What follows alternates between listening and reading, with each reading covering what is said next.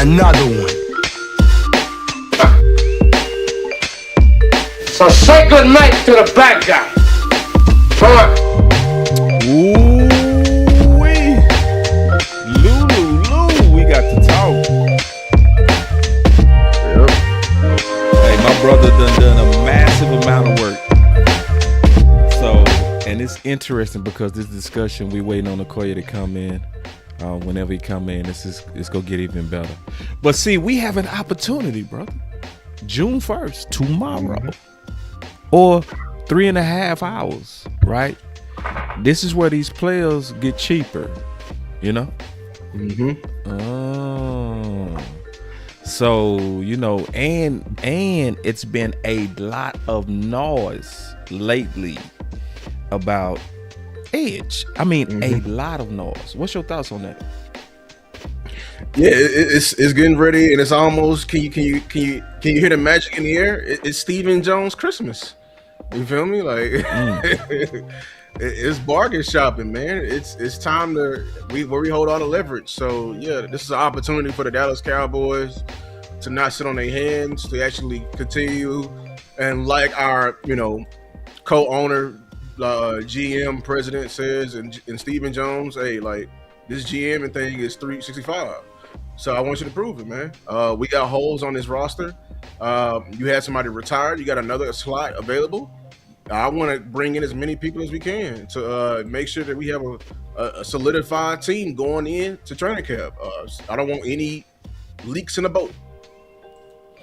So one of the issues, Lou, keeping it real, is to me, and I'm being just frank, it's frustrating that the DT advantage that we have is now almost on the overshadow the vet pass rush, premier pass rush need.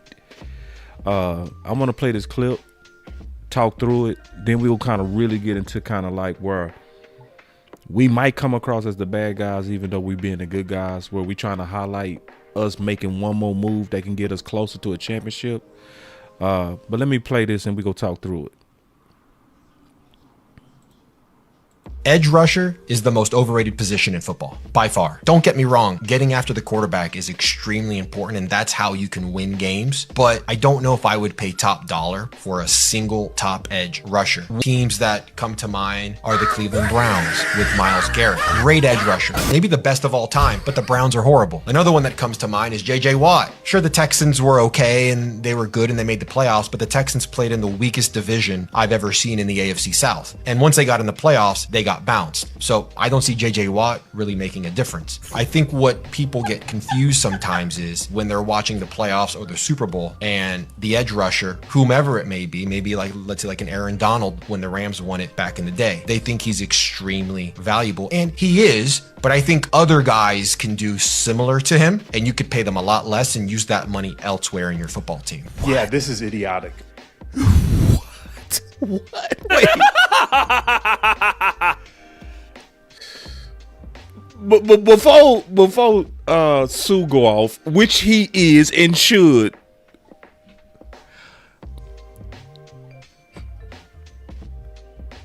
Yeah, I'm speechless.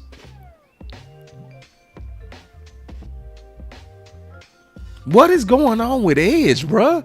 Like, and see, and this is what I keep hearing. You don't really need elite to win the Super Bowl. When was the last time you saw an elite one win the Super? It's like, bruh, it's only because they are rare. Period. Like, that's almost like saying, when was the last time you saw a kicker that can kick it for 60 yards win a Super Bowl? It's like, that don't mean they not valuable. They're just rare. You still could need that. Let Sue go off. Would you go off, or we need to let Sue? Let Sue go off. I don't understand this at all. I don't know Andrew's background. I would love to understand and see how he's coming up with this theory that Myles Garrett, J.J. Watt, and Aaron Donald are not great edge rushers, or they are, but yet if you don't have them on your team and you can replace them with, the equivalent of 3 to 5 other guys to reach their same value, it's a better bang for your buck. That's like saying you don't need a quarterback. You can just have great receivers and great running backs and a great O-line, put a below average quarterback in there and you'll be successful. Highly doubt that you'll have that success on the offensive side of the ball. You need a quality linchpin, and it's usually somebody on the defensive line. And yes, I'm biased. I'm a defensive lineman. They set the tone of the game. Everybody follows behind that. At least the great teams I've been a part of always started with a linchpin guy in the center or on the edge that take 2 or 3 guys' attention so other guys on their team can make plays, let alone themselves are also still joining the party and making plays themselves. So to me, it's just the thought process doesn't make any sense to me. I wholeheartedly disagree with it, just in my opinion. And that is the key. That's the key. That what he said, they occupy 2 or 3 guys' attention. Right. That's all football is, bro. It's a game of chess. Can we put pressure on my opponent somehow? You know what I'm saying? And I think, the thing is, this fascination with GM bargaining, like a lot of people love to do. But that's what it is. Y'all use the same tired ass argument for every position. You find a position like a running back, and then you tell me like how, okay, there's some great running backs in the league, and then you always point to the highest game and that you never see them there, and then you want to point to other great running backs in selective areas who are on bad teams and say, see, I can get somebody cheaper and do his work for him, but you cannot quantify his impact. That was the main. Remember, you did that show a long time ago of the former Dallas Cowboys data statistician or data engineer, data analyst for the Dallas Cowboys, who admitted that they've devalued the position because they had no stat of quantifying the impact of the position or correctly. And then, and my brother said, I think the analytics folks are simply comparing the contract value to the Super Bowl production. Both sides can be right. I think they extremely wrong. Yeah. Like extremely wrong. See, and it's a very short sample of Super Bowls that people are looking at, and that's looking at winners. What about also looking at people that made it? If you look at the people that made it and maybe should have won it, like San Fran. If San Fran would have won the Super Bowl, right, over Kansas City, right? Nobody's saying Edge is not worth it because Bosa had 22 sacks that year. Yeah, like saying that you can find somebody cheaper than Bosa to replace his production is actually asinine. Right. That's dumb. Yeah. Like, it really is. They not right on that at all. It's nothing true about that. And the only thing you're talking about, because if you're living in that statistician world, you're trying to replace Bosa's production numerically. But Bosa's production trumped outside of numbers. That's what we're trying to get y'all to understand, like statistician. Like their impact, and that's what the lady who was literally who admitted to it, finally got, like, sometimes these production that they have and the impact is outside of the numbers on the paper. And San Fran lost because of a fumble. That's why they lose because of Bosa. And San Fran was whooping everybody ass on D. They whooped our ass. Oh man, and we was dope. Man, San Fran was dope. Oh, they did not lose the Super Bowl because of the defense and the edge. They did not. They lost that thing because of the offense, bro. Real talk. But anyway, that's another conversation. My point is, what I'm not liking is, I'm like, to your point, we seeing this devaluing the edge, and it sounds similar to what they did to running back. You see how he said you can get an Aaron Donald, but you can find somebody that can have similar production later. It's like, no, you can't find Aaron Donalds later, bro. You can't find Aaron Donalds later, goofy. Hell you saying? Look, and see, God, please don't let this work on edge like it worked on running back. People really got to where they was looking at Saquon and Taylor like, I'm like, no. Listen, let me just say this. There's a rare talent at every position. That's number one. 2, edge. And then he started talking about how they paid. Yeah, that's the whole gist of why we even talking about this. Like, so I guess they're getting to a market that's unbearable, and you know what I'm saying? Like, because you're paying him all of this money, which proportionally is fair, you know, to whatever the main cap is. Now we gotta say like, okay, well, we paying him $50 million, but he ain't we ain't winning Super Bowls, so we you know what I'm saying? Like it's like we're trying to jump to conclusions, but just because we're not getting the outcome we want. Yeah. Well said. Well said. And it is a jump to conclusions. Like it's a giant jump. Yeah, it's a massive jump. It's because we have not seen an elite pass rusher in the last 5 Super Bowls win it. And it's just 5 or 6, right? Not a big sample. Anybody that's a business person wouldn't trust a small sample of 6. That's number one. Number 2, nobody actually thinks and says, well, you're not seeing elite pass rushers because they're rare in the first place. Like, nobody ever thinks that.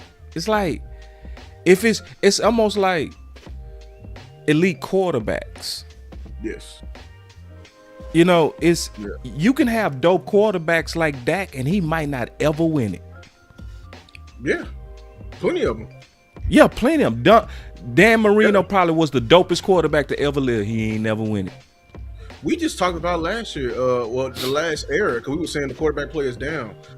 We were talking about over the 2010s, but the amount of elite quarterbacks or great quarterbacks that were in the league, the amount of them, man, like Phillip Rivers never won. You know what I'm saying? Like, Drew Brees, he barely got one. You know, he barely got one. He barely got one. You know what I'm saying? Like, I think, yeah, like, I look, these guys, first of all, he's not a statistician. Like, if you go to school for statistics, you should know, like, dog, you can't verify a sample size if it's too low. You can't turn something into a law that only happens in a select number of window. Like, right. That's not a control group. You know what I'm saying? That's not, you're not checking the variables correctly. What you're doing is you're taking the selected edited stats, because you know the stats tell a story and you're trying to tell your story. Yep. And they did the same thing to running back. And see, they remember when they was devaluing running backs, because they was talking about when they turn 26 they fall off a cliff. But what they was looking at was a short window of bad luck, right? So let's talk about the window of people they was looking at around that time. Gore. Saquon was going through injury issues, right?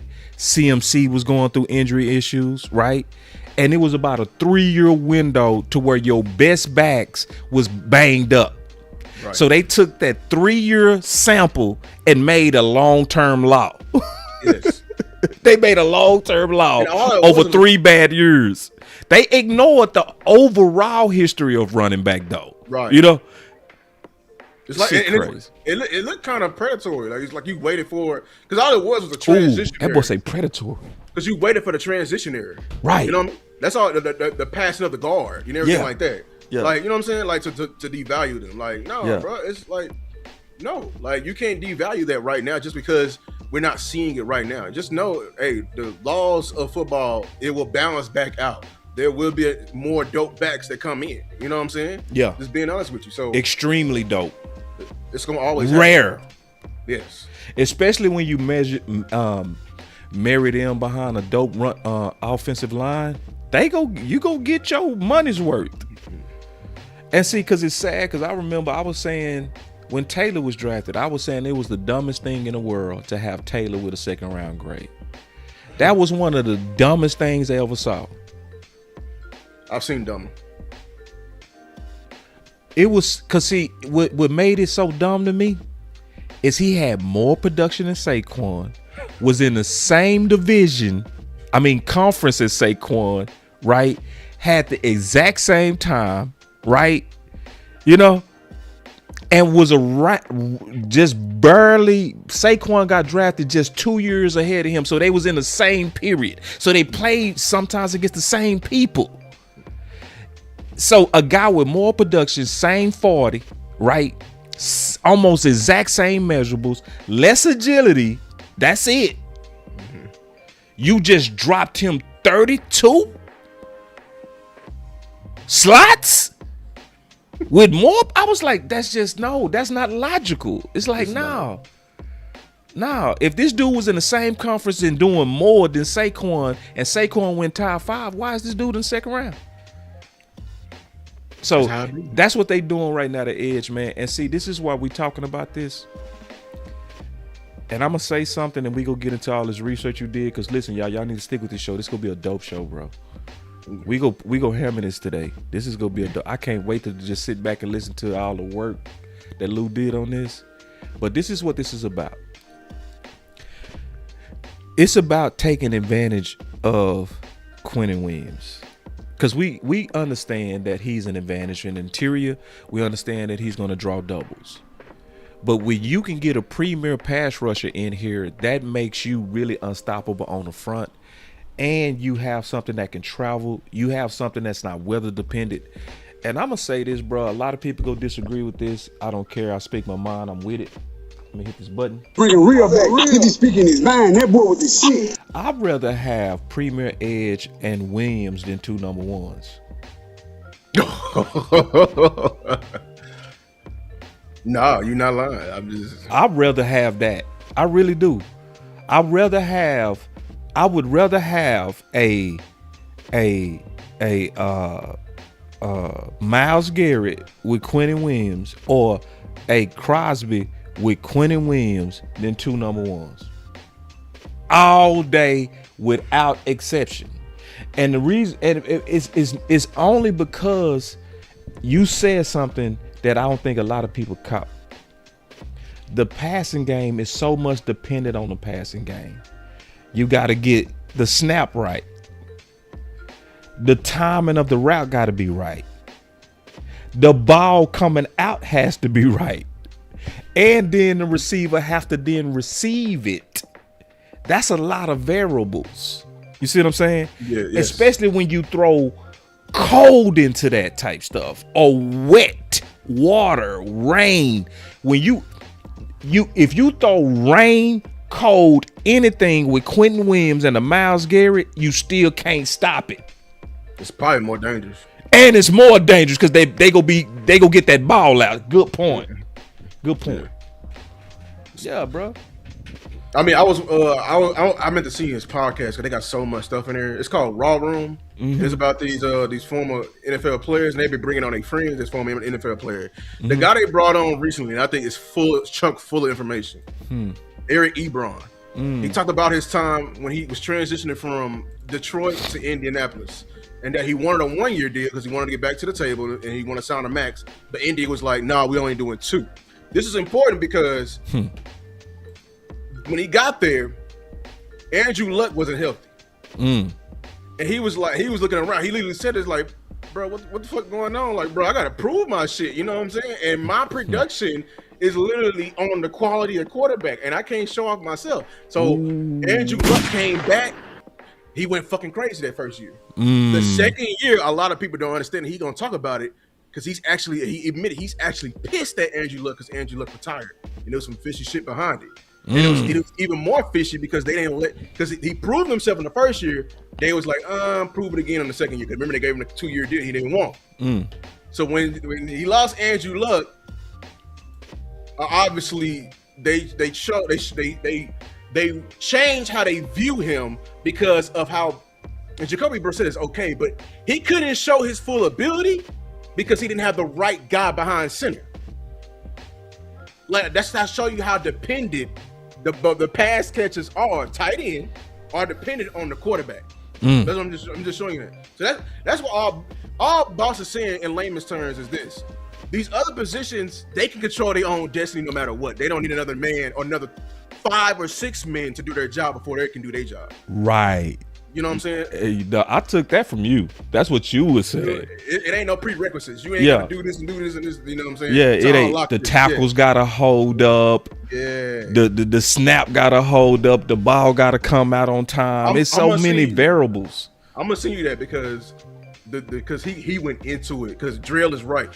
because he gave a lot of information that happened on that Andrew Luck situation, and it was dealing with the injury shit and how you're gonna love it because you can use it in the future. But yeah, I just want to talk about that. I do want to say something real quick, man. Just real quick, it's our subject. Thank you, Miss Charles. Miss Charles, we talked over the phone. She's somebody that also lost her dad. And I just want to say thank y'all so much, man. The community and the outpouring of love. I ain't gonna lie, it's almost too much. It's almost too much. It's starting to get to the point to where y'all reminded me of my dad. Like when I be feeling better, y'all be like, let me talk to you, boss. You going to be okay? I be like, that's what it's about, though. That's what community. It's Akoye, very good. That's what community. Okay. What's up, Akoye? Yo, we live. Yeah, I sent you the link. All right, here he comes. All right, so we got Akoye walking in. I told y'all he gonna come, bro. Yeah. Yeah. All right, and then so the good thing is now we finna also talk about, as he coming in, we getting ready to talk about the Dallas Cowboys and why a vet war daddy final push is something that just makes sense, especially with it being June 1st. Like, and I'm a beggar, so I can't be a chooser. So obviously we want top shelf, right? On everything. Yeah. We want top shelf. But at this point, we got to really just kind of sometimes say, hey, listen, man, I'll take an old Von Miller. I'll take a older Bosa. I take Sweat on one leg right now because he's superior in where we probably average right now, and that's getting after the quarterback. And then obviously if you want to just really just go crazy, that would then be like a Myles Garrett. And listen, I'm gonna tell you straight up, I would be for overpaying too. Oh yeah, for that type of impact. That's what I was telling people. When people and I'm talking about all them. Yeah. Oh, yeah. I thought you meant really for Myles. Like but I'm like absolutely for Myles, absolutely. But even for Sweat. Yeah, I mean anything. Like, I heard Bobby say he would give up a second for Sweat. That's rich. That's rich. I still would do it though. In a heartbeat though. I still would do it. In a heartbeat though. In a heartbeat. Just being honest with you, because when you put him with Quinn Williams, it's crazy, bro. It's crazy. That's what. Just on getting after the quarterback. Now he go probably be, serviceable on stopping the run, but he get after the quarterback. I mean, that's what. But the thing is, and I'm gonna reiterate the game. We already built a team that's ready for first and second down, third down. Team third down is what we need to be winning at. You know what I'm saying? Yeah. And that's where the pass rushing come in. You know what I'm saying? Yeah. Like so, I'm with it too. I mean, he gonna be able to hold his own. He ain't gonna be perfect. You know what I'm saying? No. Hey, shit, Christian Parker. Hey, substitution. You get another package in it. It ain't my job. And so, I think I just heard Akoye, and then so Miss Charles did lose both her parents. She did tell me that too. Oh, both? Oh man, prayers, man. Yeah, she lost her dad a while ago, but she lost her mom within a year. So yeah, and she cried and everything. We talking, it's a lot of us are pulling together, and showing how important content it is too. See, I was feeling funky at first, and then I started doing content. I feel better. But while we wait on the Kanye, let's go ahead and start digging into what you were saying, bro.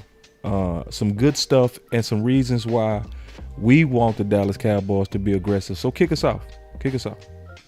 Yeah, okay. You can share the first graphic. So that's what I was talking about. Third down. The Dallas Cowboys last year absolutely lost completely when it came to third down. This is all verified stats and everything like that via team rankings. I use it a lot. We were 32nd in the league in terms of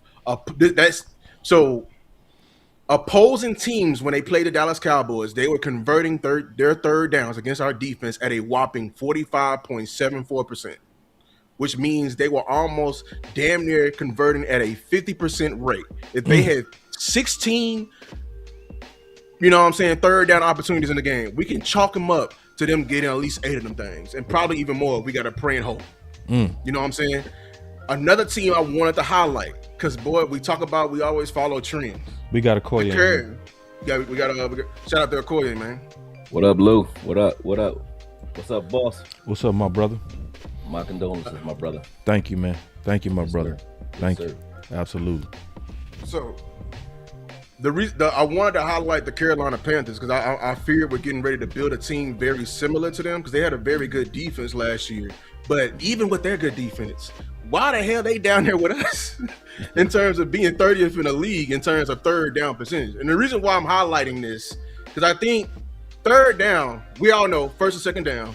That's where you win. That's normally when they run the ball. Third down is getting to that third and long. You want to get off the field, money down. You know what I'm saying? Yeah. And a lot of teams, what I'm going to correlate today is that a lot of teams who are successful on third down, they have a great or elite pass rush or some type of pass rushing plan, whether it be personnel or in the Vikings case, purely scheme. You know what I'm saying? Because they were blitzing at a 45% rate. You know what I'm saying? Like that was like 20% higher or 10% higher than the number 2 team in terms of blitz rate.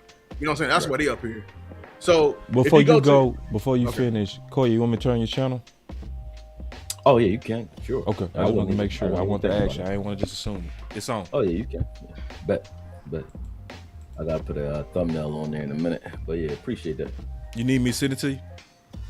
Yeah, you got one? Yeah, Yeah, I got one. I'm gonna put it in your DM. But go ahead, Lou. Yeah, so I'm highlighting the third down, and because I think the Dallas Cowboys last year, one of our places we were bleeding out, we couldn't get off the field. Yep. Like we couldn't. And I know that's dealing with coaching, but I think where the biggest room, where this problem pointed the biggest, and I'm gonna correlate it in the next set of stuff, was our edge room.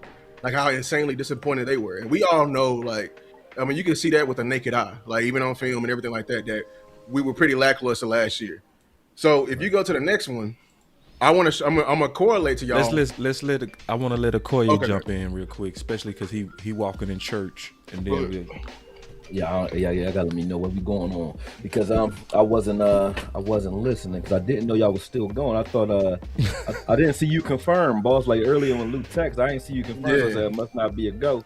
And then 7 o'clock came and went. I was like, oh, Luke must have changed his mind. So then I saw your video too. Actually, I was watching your video on them building the wall. I was just watching that earlier. So I didn't even know y'all was live. I was watching this second. Nah, it's all good, man. I had a lot going on. I got my thumbnail up too. I was just putting the thumbnail up. My bad. All right, you good. Well, good. But go ahead then, keep preaching. He go catch up.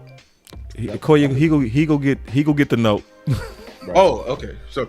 So from the third down percentage, this is the team who were top in the league. This is a more expanded list because like I said before, if you're good on third down, you're probably a great defensive system, but you also probably led by some guys who can win. You know what I'm saying? Who can win at a high enough rate. So according to they have a great stat out there that I think it best, because we were saying earlier like all sacks aren't committed the same, or we were saying athletic sacks. I think the best stats that cooperated this, ESPN got it from Next Gen Stats. It's called pass rush win rate. And it's basically how fast you can, or not the percentage of how fast you can win based on 2 to 5 seconds. You know what I'm saying? Right. That's the repertoire with that. So we know the number 1 team, Super Bowl champions, you feel me? In Seattle Seahawks. Remember the guy we liked last year? Boye Mafa is actually top 10 or top 10 in the league in terms of pass rush win rate at 19%. Another guy on here is DeMarcus Lawrence, which is surprising to me. Then they had a top 10. That is surprising. That's very surprising to me. They had a top 20 defensive tackle on their rush as well. This is why their pass rush is so effective. I know people were saying they had a committee, but like we kept telling y'all, they had a quality ass committee. Yeah. Byron Murphy was top 20. Houston, Texas. Do I need to even introduce them 2 guys right there? And no. Will Anderson and Daniel Hunter. No. The New Orleans Saints, Chase Young and Carl Granderson. They were actually pretty efficient. I think Chase Young is top 20 in terms of edges and pass rush win rate. Minnesota was the reason why they're here is because they had a whopping ass blitz rate, like I said before, at 48%. Like that's why they're here. You know what I'm saying? We saw that firsthand. You know what I'm saying, with them cover zero. LA Chargers are here. They had Odafe Oweh. Odafe Oweh was one of the highest pass rush win rates in the entire league. The Denver Broncos had 3 people, 2 defensive tackles, including a Depoy Kennedy and Nick Bonito, who's at edge, who was top. I think he's number 2 at 24 at pass rush win rate. And John Franklin Myers, top 20 DT, Zach Allen. New England had Christian Barrymore, who's a top 20, but last year in 2024, Clavon Chason was a top 20 guy in terms of edge rush. And then we know why Cleveland here is because of Myles Garrett and everything like that. So I'm just correlating that these guys, I'm correlating a trend that these guys who are some of the best third down defenses in the league, look at their personnel. Like I don't think it's not an accident that they have guys who can win at an alarming rate too. And I think you've been nice with it, man. I just said we need another guy. I don't agree, but I hear you, and I'll tell you why. Because I like the stats. You know, I like pass rush win rate percentages and stuff like that, right? Akoye, you don't think we need another guy? I think on your mic on. My mic's not on. You just need to speak in it. Yeah, you're speaking in it. Yeah. Y'all can hear me now? You sound great. Yeah. You just needed to turn your head. Yeah. Okay, my bad. You was talking past it. Okay, I got you now. So, all right. But when you look at certain schemes, right, and the way guys are used, because we were talking about the eye test as well. Win rate, as you measured it, was whether or not you can win under 2.5 seconds, right? How fast is a guy going to win if you have him on if he's even out there on third downs in the first place? Rerouting tight ends before he's pass rushing. He's not going to have a high pass rush win rate percentage because he's double teaming himself. Because of the assignment. The assignment of the defense. And that's not just Rashawn Gary I'm talking about. That's also Van Ginkel and Grenard who had to do that a lot as well because they were rerouting tight ends. That's just the scheme that so you saying basically the scheme itself kind of skewed will change skewed the numbers. Some defensive ends are just told pin your ears back and go. Others are told to reroute tight ends so that you can get what they call coverage stacks because you're buying time for your defensive line to get there, and you're actually helping your secondary align with whomever their assignment is because you're rerouting. You're forcing the quarterback to hold the ball longer, so you still have an opportunity. Your win rate doesn't have to be as fast if you're a team like Minnesota or if you're a team like even Green Bay who was asking guys to, hey, we reroute our tight end prior to, trying to get after the quarterback. You know what I'm saying? So that goes into it. But the reason I say we don't need another guy is because when you look at the front that we have, bro, like so need and wants are 2 different things. So if we arguing would I take another guy, I'm never going to argue with y'all about that. Ever. Of course. I don't care who it is. Whether it's Sweat, whether it's Crosby, whoever, I'm with it. I will be. So it wouldn't be like I'm switching my stance if they got here. I'm happy with any player that's on the star. My problem, the reason I'm concerned about the push for having another guy is progress stoppers. We go out and get a guy like Malachi Lawrence, and we got a guy like Ezra Rocker. Both those guys I'm high enough on. Now, is that coaching to potential or talking to potential? Yes. I'm not going to say it isn't. But do I want a guy in here who's going to make it so that we don't know what those commodities are until, 2027, 2028? I don't. Yes. Now I'm all for doing what we did last year, which is if we start the season off or start training camp off, we just see like, no, they're not looking right in this scheme. I understand what y'all saying. Then let's go out and trade for someone during the season. Cool. But I want these same thing with Barham and so on. Like we went out and got a middle linebacker and Barham doesn't see the field. That's a disservice. That's the same problem we're having with Morris Leofau right now. We have progress stoppers in front of him, and now he's, it's 2 regimes later, he's shuffled around. We don't even see what he is as a player because he never got an opportunity. So I look at Ezra Rocco as a guy that we all were high on. Nothing happened to him other than the off-season hip surgery. Let's see what Ezra Rocco can do with his second year with BT Jordan, who y'all told me about. Yeah. I'm not arguing with y'all. Y'all put me on and I'm listening to BT y'all put me on him. And I said, oh shit, he is the real deal. Yep. So if I can't big him up and then doubt what his abilities have shown he's able to do with the guys that you just showed me. You just put Nick Bonito up. Let me push back just a little bit. Go ahead. The reason why I'm with this version of progress stopping is because of the track record of edges in year 1, year 2. So, I did that research and I looked at like 80 first round edges, right? The average year one is 4, 3 to 4, right? And that's just looking at sacks. That's not looking at overall like you do, right? That's just looking at sacks, right? No, you're right. You're right. And I'm looking for a closer. That's why I'm looking at sacks. I'm looking at a guy that can get pressure. So I'm kind of honed in on that. Then year 2, you do see the jump. Okay. The ultimate jump you see year 3. But That's the ultimate jump. Just real quick, I'm almost finished. So the ultimate jump you see year 3, right? So that we got Malachi year 1, we got Donovan Ezerako year 2.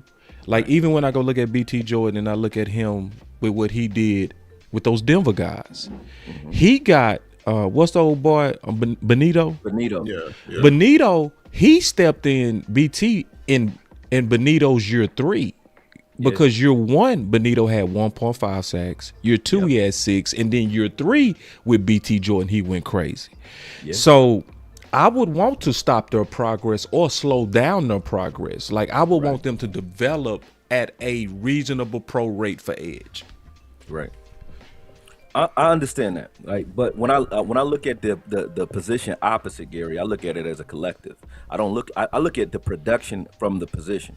Right. So if I can get if I can get into 3rd and long situations, right, I already know what Houston can give me as a pass rusher. That's his strength. I know what he can give me. If he can give me 5 sacks without the snaps, I know if he has more snaps or if we get more opportunities, his productivity. Yeah, the ratio should be just as good. Right. So if I'm getting 6, 7 from Houston and I'm getting another 3, 4 from Malachi Lawrence and another 2 or 3, even I think Ez is good for 6 to 10 sacks this season. But if I get that out of them, I'm happy with that side of the field. It doesn't have to be 12 from one guy that played the entire game or 60 snaps. I don't need that. I just need, in those 60 snaps, do I get the productivity I'm looking for? And do I have the fall off or any fall off when it comes to run support on early downs as well? If I don't have that fall off, but I get the productivity I'm looking for, I'm happy with it. And one thing that we don't speak enough about, because y'all put me on this, and I've been on your ass because of it, right? I just say, I'm not coming at you what I say. I'm just saying, y'all taught me all sacks are not created equal. Yeah. Once y'all did that, I started reviewing everybody's sacks, dog, and I'm not just talking about the beauty of it. I'm talking about I know what you mean. Where you inspecting them. Yep. You looking under the hood. Yep. Against who and when did you get them? What games were they in? And what impact did they have on the game? Because don't give me you got 12 sacks, but right after you got your sack, they still drove down the field, got a touchdown. What the fuck do I care about your sack then? Did you stop a drive with your sack? Did you change the game with your sacks? You know what I'm saying? Or did you just get sacks in bum time? You know what I'm saying? I saw a lot of bum time sacks from guys that you wouldn't think they coming from. And I saw a lot of sacks in games where, you know, we have a mismatch against a tackle or a guard that we know is not up to snuff, and we getting sacked that way as well. Even though the moves look great, they look good, but strength of competition actually matters to me. That does. And the moments that you're getting them in. If you give me great work, but then in the playoffs you wash because you're going up against Trent Williams or you're going up against Lane Johnson, what the hell do I care then? You can't do it when it counts against the players it counts against in the moments that I need you to get them. So when you say you're looking for a closer, me too. And a lot of these guys that we're talking about, a lot of their stats, some of their stats, and not a lot. I'm going to say 3 guys in particular, but I'm not going to name them because I'm going to do it with the film. And then we could do this again because I don't want to rush through it, and I don't want to seem like it's not an attack job. So I don't want it to look like an attack job because it's not.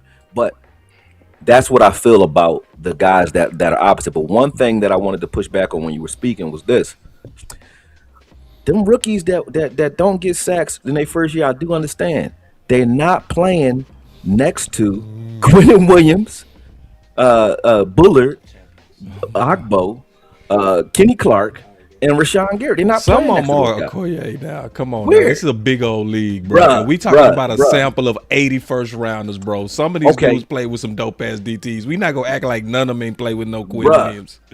That's the average overall out of looking at like 80 first rounders, bro. Come on now. Abdul Carter. Abdul Carter had. Thank you. Abdul Carter had. Abdul Carter super did. Dope, man. He did. But yeah, that's. And true. he only Abdul had Carter. 4, and this dude was supposed to be like Abdul the Carter is a good reincarnation example. of. You got me. I don't lie. I ain't gonna lie. No, you never do. We facts guys. You got me with the Abdul Carter. I can't even argue that. Guy like Dexter Lawrence is that boy, and they were a Space Jam art. But Can y'all give me a Giants- second? Me and my brother but you finna take can- a toast to my dad real quick. Y'all give me 1 second. For sure. Pops, man, to Pops. Love you, bro.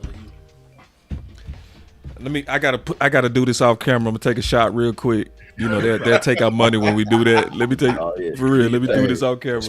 Love you, bro. For real, man. Thank you, man. Let's do our thing. Yeah, we gonna do our thing, bro. All right, man. Hey, you leaving? All right, we'll catch up. You sure? Mm-hmm. All right. I'll be here about between 8 and 9 in the morning. Oh man, boy, I know. Woo, that's my thing, brother. Whew, let's go. You got it in you. Hit it. Yeah, trust me. See, I ain't never think I hit it, and then you be over here. It's your OG. I'm OG, baby. I know. I'm sorry, y'all. It's all good. I ain't mean to cut you, Akoye. You was cooking too, man. Yeah, I had to take that shot. No, you good, man. You good. Like I said, I just look at it this way, man. If the one on this list that I really under no circumstance do I want is Sweat. That's God, no, man, damn. Hey, take it easy. The one that I was just looking at the screen. I was like, "There, you go get that thumbnail." I was just looking at the thumbnail. I said, "I don't want Josh Sweat on this team, bro, because of his knee. I'm not paying him $20 million, bro. I'm not paying Josh Sweat $20 million to come in here and only be able to be a specialty pass rusher who has a bum knee. I'll take Garrett. I mean, even Bosa. I'll take Bosa too. What about Von Miller? I like Von Miller. Now, Von Miller's a guy that would come in here and not be a progress stopper because he's a BT Jordan acolyte, number one. So he's a coach on the field. He'll teach guys. But number two, he's not a guy that needs to be. I don't even think he will want the full-fledged snap count. Now that's a specialty rusher that I wouldn't mind because he's not coming in here to be a guy that's going to try to start the entire game but hamper us. I don't think that a guy, and I think we argued this before, a guy that gives up yards on the ground, yards are yards. A guy that gives up yards on the ground and makes it so that a team doesn't have to pass the ball because they can just run at you. To me, I feel like that's a liability. I don't want a guy that has a hole in his game. I would take the guy that is well-rounded over a guy that is, tipped or superb as a pass rusher, but a liability versus run, unless I'm putting him in on third downs only. But Josh Sweat not coming here for $20 million and playing on third downs only. That's my point. And listen, I'm a beggar, Akoye. So I'm a beggar. So I listen. It's a lot of cats. What about Cameron Jordan? Would you be cool with that? No. Whoa! Take it easy on my back. What we doing? What are we doing? Let me ask a question. Let me ask a question. Who? Take it easy on the back. Because I think y'all was doing content then. Damn. Who had better film, Malachi Lawrence or DeMarcus Lawrence? Malachi or DeMarcus?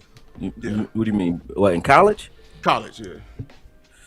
DeMarcus, I did DeMarcus breakdown when he's coming out of college. DeMarcus has always been the same type of guy though. He was a beast in college too. I wouldn't say that he had bad film. No, he looked good. He looked good in Boise. I didn't have a problem with DeMarcus, but obviously I'm gonna say Malachi because it's fresher in my mind. That just happened, last year. But comparing their film, I don't look at Malachi as a guy that's coming in and being our savior. I look at Ezeraku as a guy that can take that second year leap. I think that Ezeraku is going to have a good year. He wasn't bad last year. I think that Ezeraku last season was 1 of 4, and he needed to be 1 of 5. I think he needs to play in the 3-4, and that's typical. And that is typical too. Yeah, and he need to be a weak side outside linebacker. Yeah, I am scared of his hip though. I'm gonna be honest with you. Like surgery on your hip, like that's true. You being an edge rusher, your game being mainly finesse. That's super. You know what I'm saying? Like as an offensive lineman, like hip surgery. Oh no, you know what I'm saying? Like that's valid. Like, I think he's gonna take a year 2 jump, but the question for me is when. You know what I'm saying? And I'm always nervous with injuries in this training staff that we have in the Dallas. But how you not nervous with Josh Sweat injuries? That's what I'm trying to understand. Because he produced with that. Why that don't bother you? Because he produced with the one leg. I can show you. But he produced with the one leg. This is where you did. And listen, and this ain't no lobby for Sweat. Yards on the ground, Sweat is just one of the eggs that I crack. Right. You know what I mean? This ain't no lobby for Sweat. Because I know you putting holes in Sweat, man. You putting too many holes in the homie, dog. Because I don't want. I'm not going after. I'm not trading. People talking about second round draft picks. I'm like, why would I trade for a second round draft pick, $20 million defensive end who's limping the entire game? Because he produces with it. But you're right. Hey, listen, we did the film breakdown, bro. Hey, listen, you proved it. He was. But damn, he produced with it, man. And listen, if you on one leg, but you still making it happen, because I mean, I think better. We had Jalen Smith.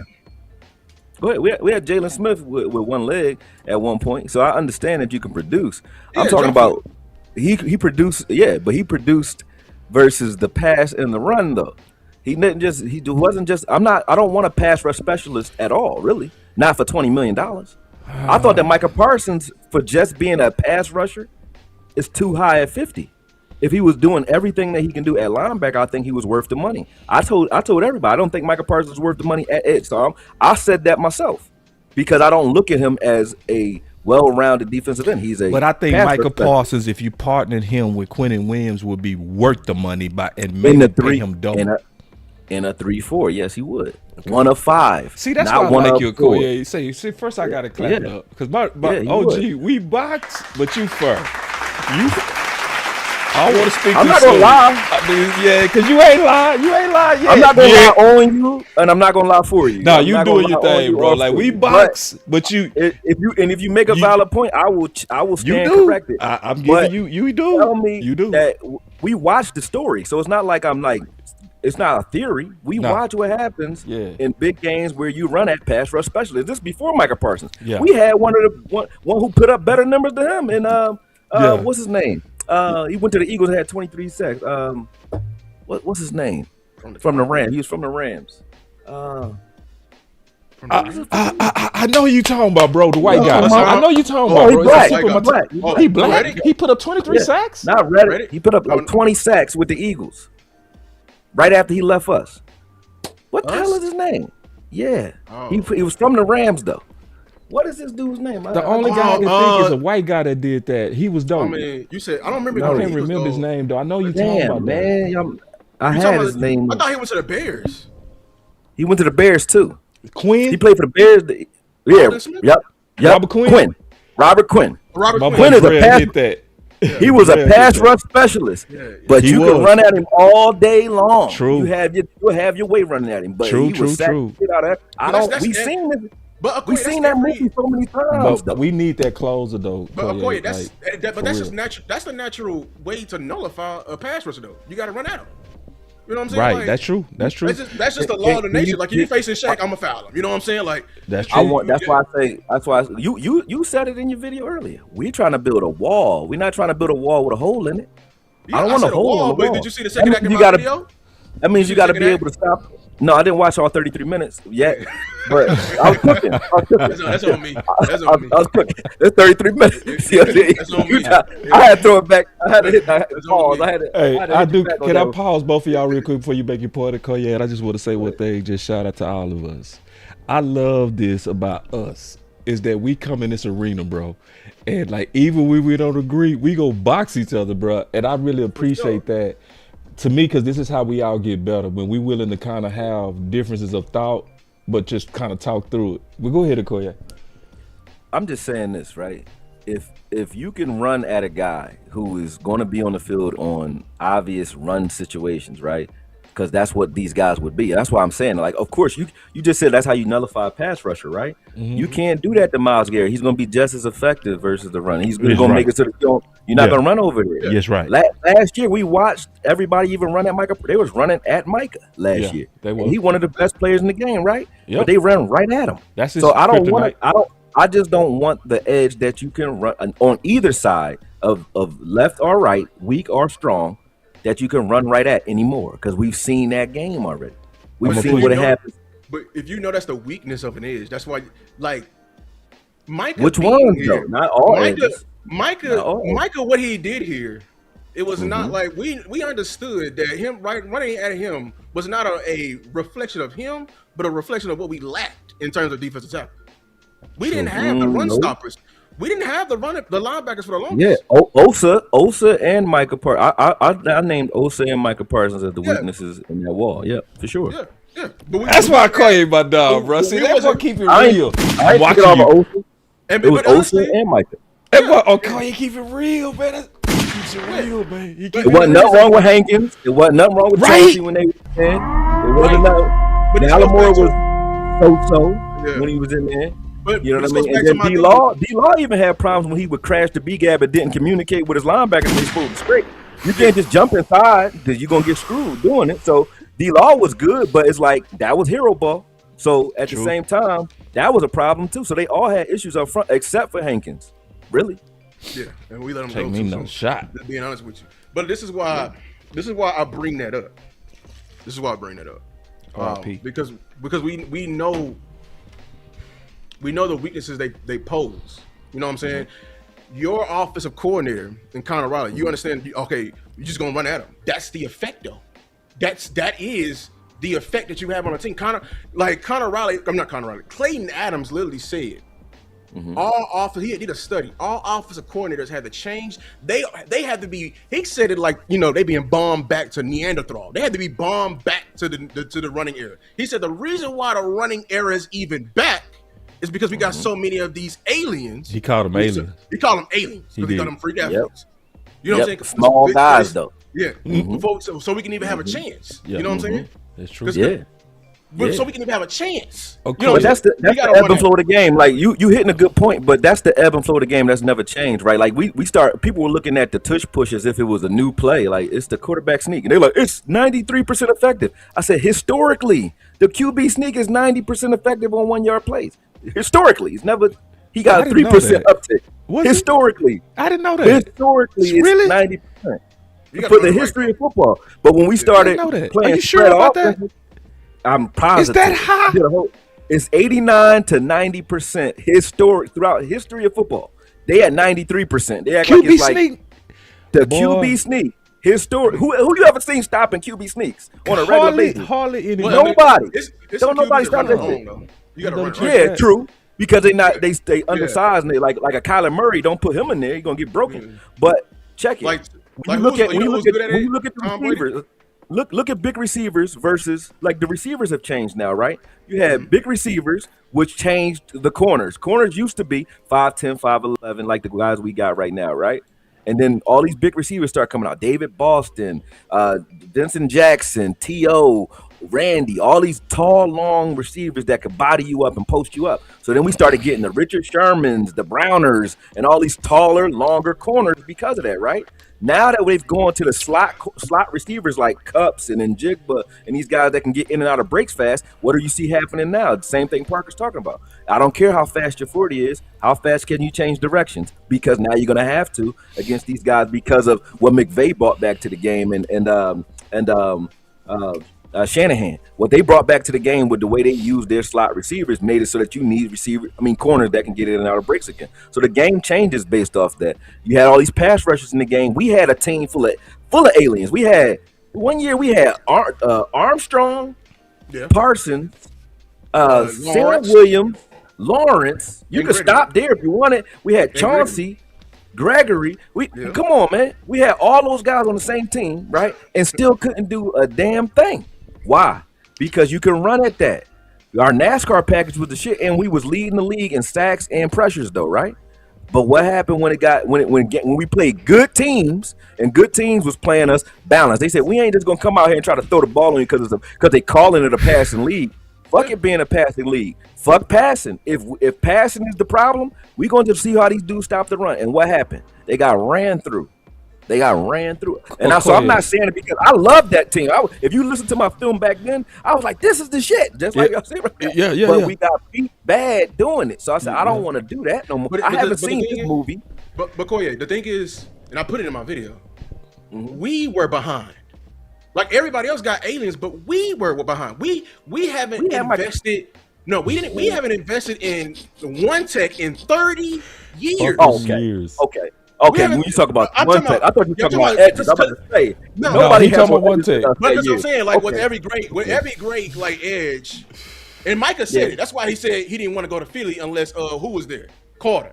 Yeah, he did. He said it out his own mouth. He said, I don't want to go to Philly unless Carter's there. Because he understands how they're going to attack him and everything like that. That's every edge. Every edge want to play with a stout defensive tackle. We were behind.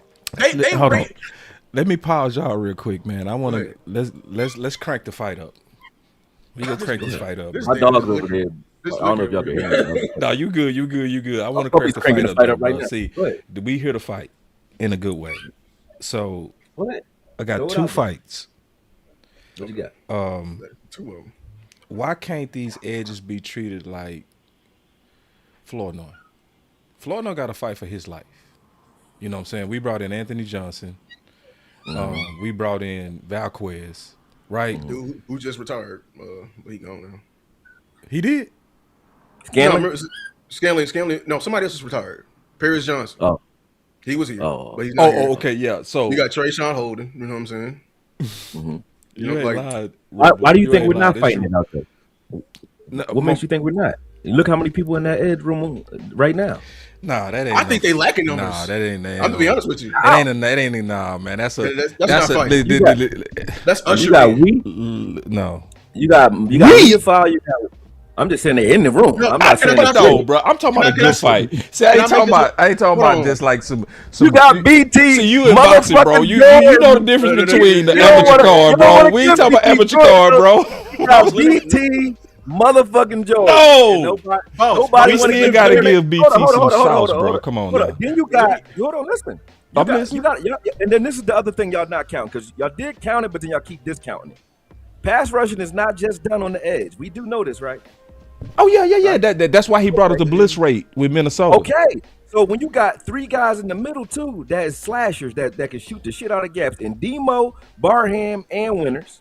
Okay, with the fronts that they have, that they can shoot. Yeah, we can blitz when we want to. But outside of that, Barham also has outside flex too. So when you count in that room, you got to count Barham too. Barham. You got Sam Williams, who everybody forgot about because he had his first year back from his knee, and they're looking at him as a special teamer this year. But everybody loved Sam Williams coming in the last year. He had 1 year that last year. Coming in the last year, everybody thought Sam Williams would have a step forward. Sam Williams, to me, I had to put the farboard on that boy, bro. Last year, Sam Williams had a bad year, but last year he was coming back from an ACL, and he might turn up. You might be right on that. I'm just Parsons will turn up his first year back from an ACL tear. I mean, you a boxer trainer. We know when the card is finna be competitive. You see what I'm saying? Like this. Oh no. And see, and I'm equating that to Flournoy having a fight. Like Flournoy has to fight. And he shouldn't have to fight. If anybody that's been progress stopped, is him. You know what I'm saying? So do this for me before we do this, right? All right. And do this for me. Mm-hmm. Outside of maybe Cincinnati, who got a better front? Even with Malachi and Ez starting on the opposite side of Gary, who got a better front this year? Front seven. Front seven? Yeah. We got question marks. We don't even know who the starters are. Okay. You right on listen, when you say middle dope, listen, I don't question our middle linebacker. Whoever you want in middle. See, because what you did is you added our super strength to the edge conversation. I want to keep them out. They have to count. If they taking double teams and crushing the A gap, that makes it so that they guys do like count. No, guys like Houston, guys that just rush wide, right? Who really don't have counters, now have a shot. You know why? Because the A gap ain't there no more for you to step up, and we watched them do that last year too. No, we know they dope, Akoye, but they like we gotta separate the middle from the edge. We have to because we got we do. We have to separate them because we know they dope. What we saying? This is why we gotta. Let me tell you why we gotta separate. Because in my opinion, Akoye, it's about taking full advantage of Quentin Williams by having super winners on the outside that we fully trust can win. I'm saying, what teams have winners inside and out everywhere on a defense like we do? You got to invest into it. No, who else got it? Well, I mean, we're here today to talk about the outside because that's where we disagree. I'm saying the outside is affected by the inside. Yes, no, it definitely is. But it definitely is. Boss, pull up my thing. We're playing 3-4 now. We're not playing 4-3 either. We're playing a different scheme. True. Right? But you got Quentin Williams. We watched what Quentin Williams and Kenny Clark were doing on the field together last year, right? Yes. Now, if you add, if we're playing Marcus Dixon fronts, right, that's already a boost. But if you watch we watched Jonathan Bullard film together, I think. I think we watched some of it. No, I don't think we did. Okay, but I did a lot of film on him. But if you look at him or even Agbo, right? Either one of those guys out there are also a force multiplier on first and second down. If we're playing our base formation, you're not dealing with those. Those three guys are taking up the entire offensive line. Who is left to block anybody on the outside in the first place? If it takes five. For one, you're assuming if we're going in bare front. No, if we're going in 3-4, just 3-4. Those three guys in the interior of the field. We're gonna be in 4 down. I'm telling you, we in 3-4 personnel. We're gonna be in 4 down. So if you're talking about if you have three tackles out there, you're talking about 6-1. Huh? You talking about 6-1? Yeah, that's gonna be. If we're gonna have them 3 out there plus the 2 edges, that's what I'm saying. In a 3-4 defense, those 3 guys will be out there as well. In your base 3-4, you have 3 down linemen and still 2 outside linebackers. It's still a 5-man front. So either way, no matter what scheme, what way you deploy it, either way you got a 5-man front. So 3 of them in the interior are occupying 4 to 5 offensive linemen. So who is left to block? We're blitzing. Why would I need no? In a 3-4 scheme, 3 plus the 2, that's 5. We're blitzing. 5 is a blitz. You don't know which one is coming. In a 3-4, either outside linebacker could be high at any time, depending on what you simulate pressure. So we're sending 4. That's not simulated pressure in the 3-4. So you telling me when Kevin Green and Greg Lloyd was playing in the 3-4, they was simulating pressure? Like that is a zone blitzing scheme from Dick LeBeau. But in a 3-4 scheme, your outside linebackers fire off. Both of them can fire off, or one can. It doesn't matter. But you don't know which one is coming ever. That's simulated. So that's what I'm saying. That's simulated. Either, so we're sending 4. Either R5. It doesn't matter though. Either way, when you send the 4. But I know what a blitz is. But either way, when you send, I'm just saying. Always blitzing. That's what I'm saying. If you're playing 3-4 and you got 2 outside linebackers, right? If you're playing the 3-4, 3 guys in the interior are taking up 5 or 4 to 5 offensive linemen in this defense because they all require a double team. You can't single up not one of them. So it don't matter which of the 4 are coming. It don't matter. Whoever's coming though is not dealing with. Either dealing with tight ends or he dealing with half a tackle because those guys on the interior are now collapsing the interior of that offensive line. To tell me that don't count, why did we do it in the first place then if it don't count? That's why we did it. That's why we went from exterior to interior. We went from edge. Got a super chat. We went from edge principle to interior principle because of that. We got a super chat. That's why we did it. And you got entered into the raffle with the super chat. He said they need one more interior D lineman. I don't really think we do. I don't think so. I think Overton. I think we fine. We got like 8 of them. Yeah, we got like 20 of them. Yeah.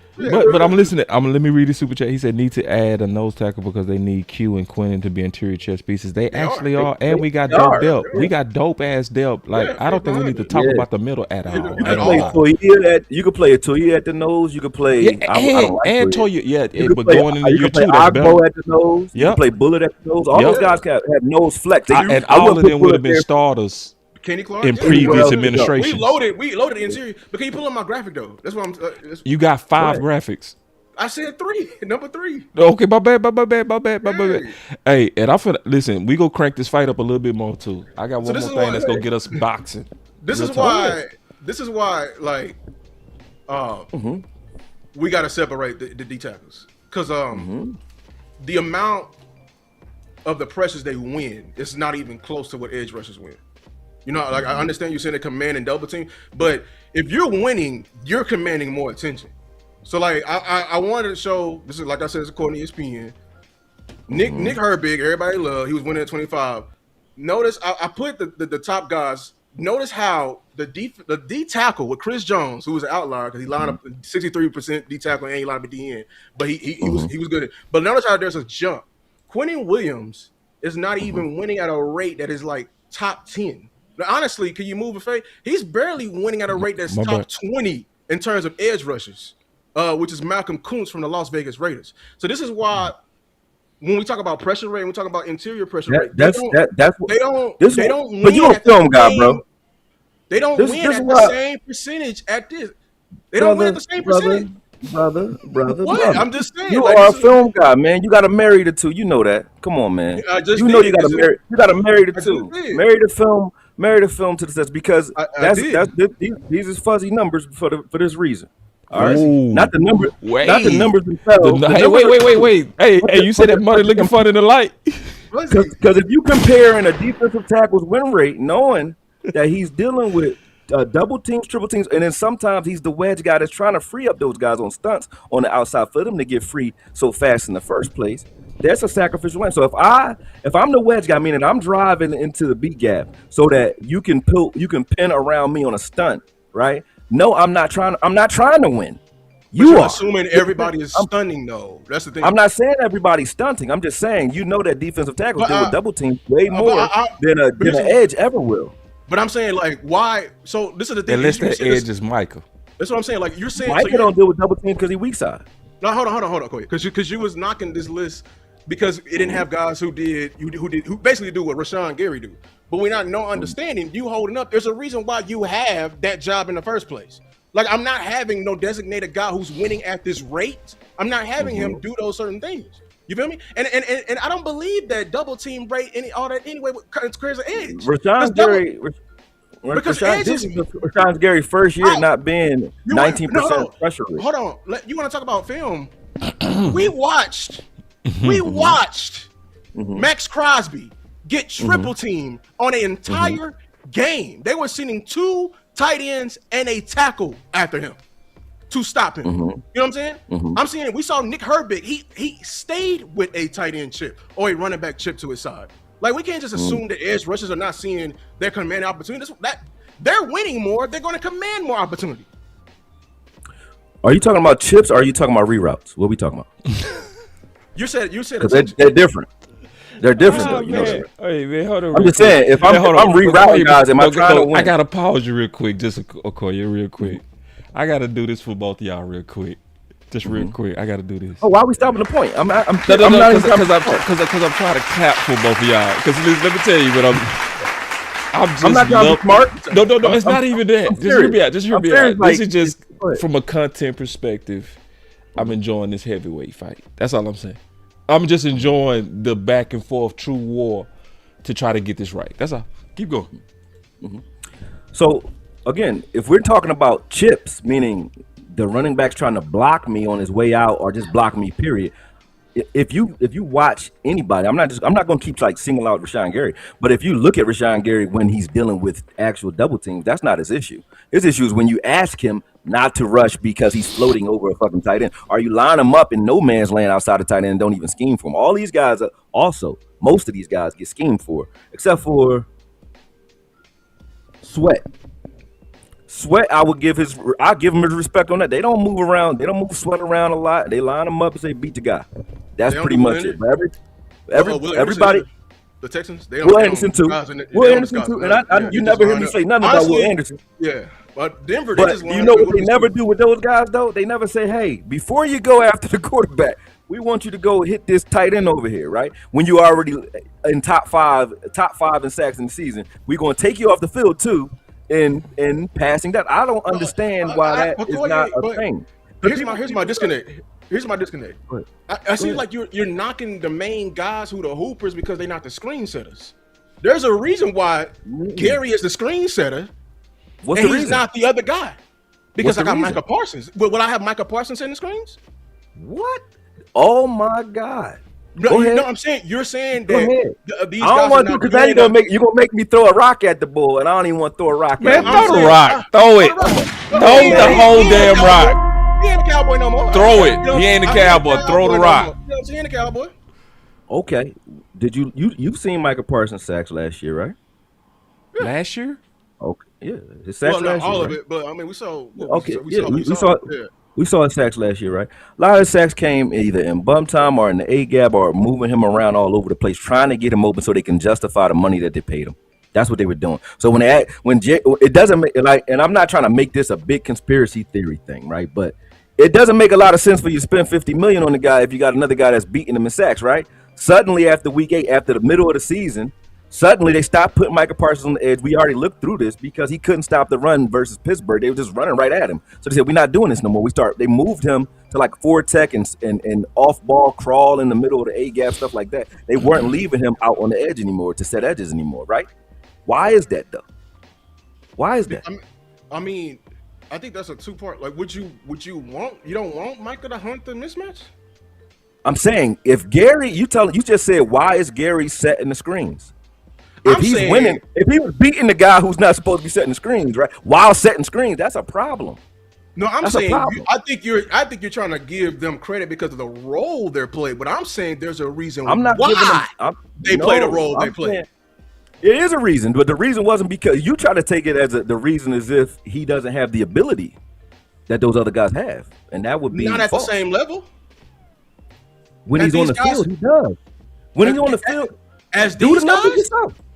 these guys. As Name the guys. Name just the brought up guys Max- that Gary. just brought- I need you to you name them, Lou. Name them guys, please. You just said Josh I'm Sweat. talking about. So, okay. Well, Nick Josh He Sweat not is on just the field. Sweat. Nick Burton. Hold on, on you pass just said rush. Josh Sweat. You just said Max Crosby, Josh Sweat, right? We talking about productivity, right? We talking about productivity, right? Yeah, productivity. Yeah, He not just productivity. Sweat. Okay. On pass Okay, rush, no. I'm talking about snap for snap when he's on the field, right? No, I'm talking about pass rush. No, when he is, he can't pass rush if he ain't on the field. If you taking him off the field and pass Yeah, rush yeah, when he situation, on the field, but even when on the field, he not just Sweat and pass rush. That's what Brother. I'm saying. Like, brother, listen, how many snaps did Josh Sweat got to Gary snaps? I don't even think Gary is clowning. In How many pass snaps? rush. How many snaps? What? I Oh, said you that. sick, bro. That's I'm not. disrespectful. I mean, but they I ain't trying to disrespect him. Y'all all sick. Y'all It ain't. sick. It's just listen, Bruh, because this is what I honed bruh, in listen. on. Akoye, Listen, it's what I honed in on. let- When I honed in listen on to me. pass rush, Why y'all when not I honed trying in to on hear me now, if you talking about complete, me and you can box. Okay, we can No, box no, that no, all no, out. no, no, no, no. But when we talking about pass rush, we talking about pass Sweat rush. on one Do knee is better than Gary. Go to the Never. fourth. Go to the fourth graphic. Go to the fourth graphic. How many snaps? Go see how many snaps Sweat played last year for 12 sacks. How many snaps he played? I don't have Go a snap. go look at it. Why not? You saying because Don't he had that more count? snaps? So you saying he had If because he had more if snaps? you have more, No, it does if- count. Like It counts. no. Yeah, it Snaps counts. Count is a lot. opportunities. You right. Yeah, That, so- that so- listen, You got more opportunities Okoye, I'm like than you. I I'm fair. have. I'm fair. Yeah. I'm fair Okay. like you. So you can't. I'm take fair that like out you, because but I that don't still count. I look Okay, at the hold on, quality hold of on, how hold you on. won. Let's use one guy. Let's use one guy to make the numbers real easy for you. All right, let's Y'all do keep it. throwing that number. Y'all just threw him out there, right? Y'all Hold said on, Max wait. Crosby, Okoye, right? hold on. Okoye, let me take this super Hold chat. on. Just real quick. So y'all keep stopping. No, we not gonna stop you, bro. But you know we gotta respect the It's money, not bro. me, Come on bro. now. I swear, Come on it's now. not We you. run a business over here, bro. We If run a y'all don't business. agree with- We run a business If y'all over agree here, with brother. this- If y'all agree We with run a this plan, business over here, then brother. I'll shut up. I'll shut up. Let me read this super chat, and I'm enjoying the hell out of this because I swear this is the only way to get better when people fight this shit out. I love it. Hold on, real quick. He say, "Boss, show me you like a NBA coach calling the timeout when the other team." Yeah, you keep doing it. I ain't doing the Koye like that. So y'all not finna allow me like that. You a goddamn lie. You ain't gonna do me like that. You ain't gonna allow me like that, man. No, man. No. And plus, Akoye is a professional, bro. He know how to keep his points. Come on now. We dealing with a first-class YouTuber Thank over you here, for bro. Thank you Man, for that. Akoye ain't gonna get right back on point. Man, I can call a timeout whenever I want to. He gonna get right back and run his offense. Let's go, Akoye. Yo, hold on one second. I'm pulling it up for you, man. No One comment. second. You know that's true, Lou. You know Nah, it's hell no, man. You got Alright. you got you a minion up in here, man. Who Well, you listen to my channel I to got put this them. I don't bullshit in need here? none. I don't need none. What kind of minion you got up in here, I don't man? need none. T I don't Money, need you in none. here working for Akoye. What the hell going on, bruh? How you gonna shoot a slug at your boy boss? What's going on, man? I'm gonna let you do it, boss. Listen. Okay. We talking about on the field productivity, right? Yeah. Tell me how many. We can go career first if you want to go career. Because these two guys started the same year. That's Max Crosby and Rashawn Gary, both 2019. Rashawn Gary didn't start his first year either, but we starting from 2019 to now, right? Mm-hmm. Rashawn Gary has only 3,600 snaps in his entire career for 46 sacks, something like that, right? And 111 QB hits and 175 pressures and 3,600 snaps. Okay, right? Max Crosby has double the snaps. He has 6,500 snaps, 3,000 more for 20 more sacks. Yeah, 69 sacks to 46 sacks and 3,000 more snaps. Hold on. He got Are you implying if they switch roles? I'm trying to see what you're implying here.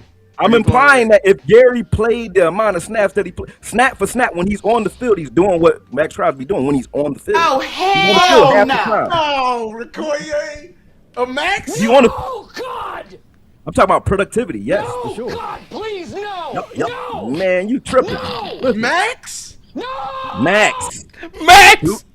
Numbers is numbers. They don't Man, lie. we gonna get some. They don't change because you put shot. your hands on your head. Numbers don't change because you put your hands on your head, bro. I'm talking about the number. What about the I'm talking about his number of sacks. And on the film, did you watch Gary whoop Lane Johnson ass? And what's his name from the Rams? Pull up number 7 graphic. Pull up my Okoye, I'm open to what you're guys that saying. he's beating. And he's Hold on. whooping their ass. Okoye, when did None that of these happen? dudes be beating no time. What? No. What happened? And In I'm 2024. not. I'm being honest. Okay, I wasn't caught up to that. So he whooped his ass in 2024. The Super Bowl year. Okay. Super Bowl I'm year. listening. Right. Okoye, I'm listening to you. I'm hearing you out. I'm hearing you out. Super Bowl year in the playoffs at that. I'm hearing Go you, bro. watch it. I'm listening to you, Go bro. watch it. I didn't This watch one thing. it. I did not y'all watch ain't it. watch it while we see that's No. I I'm far like you. I'm far like you.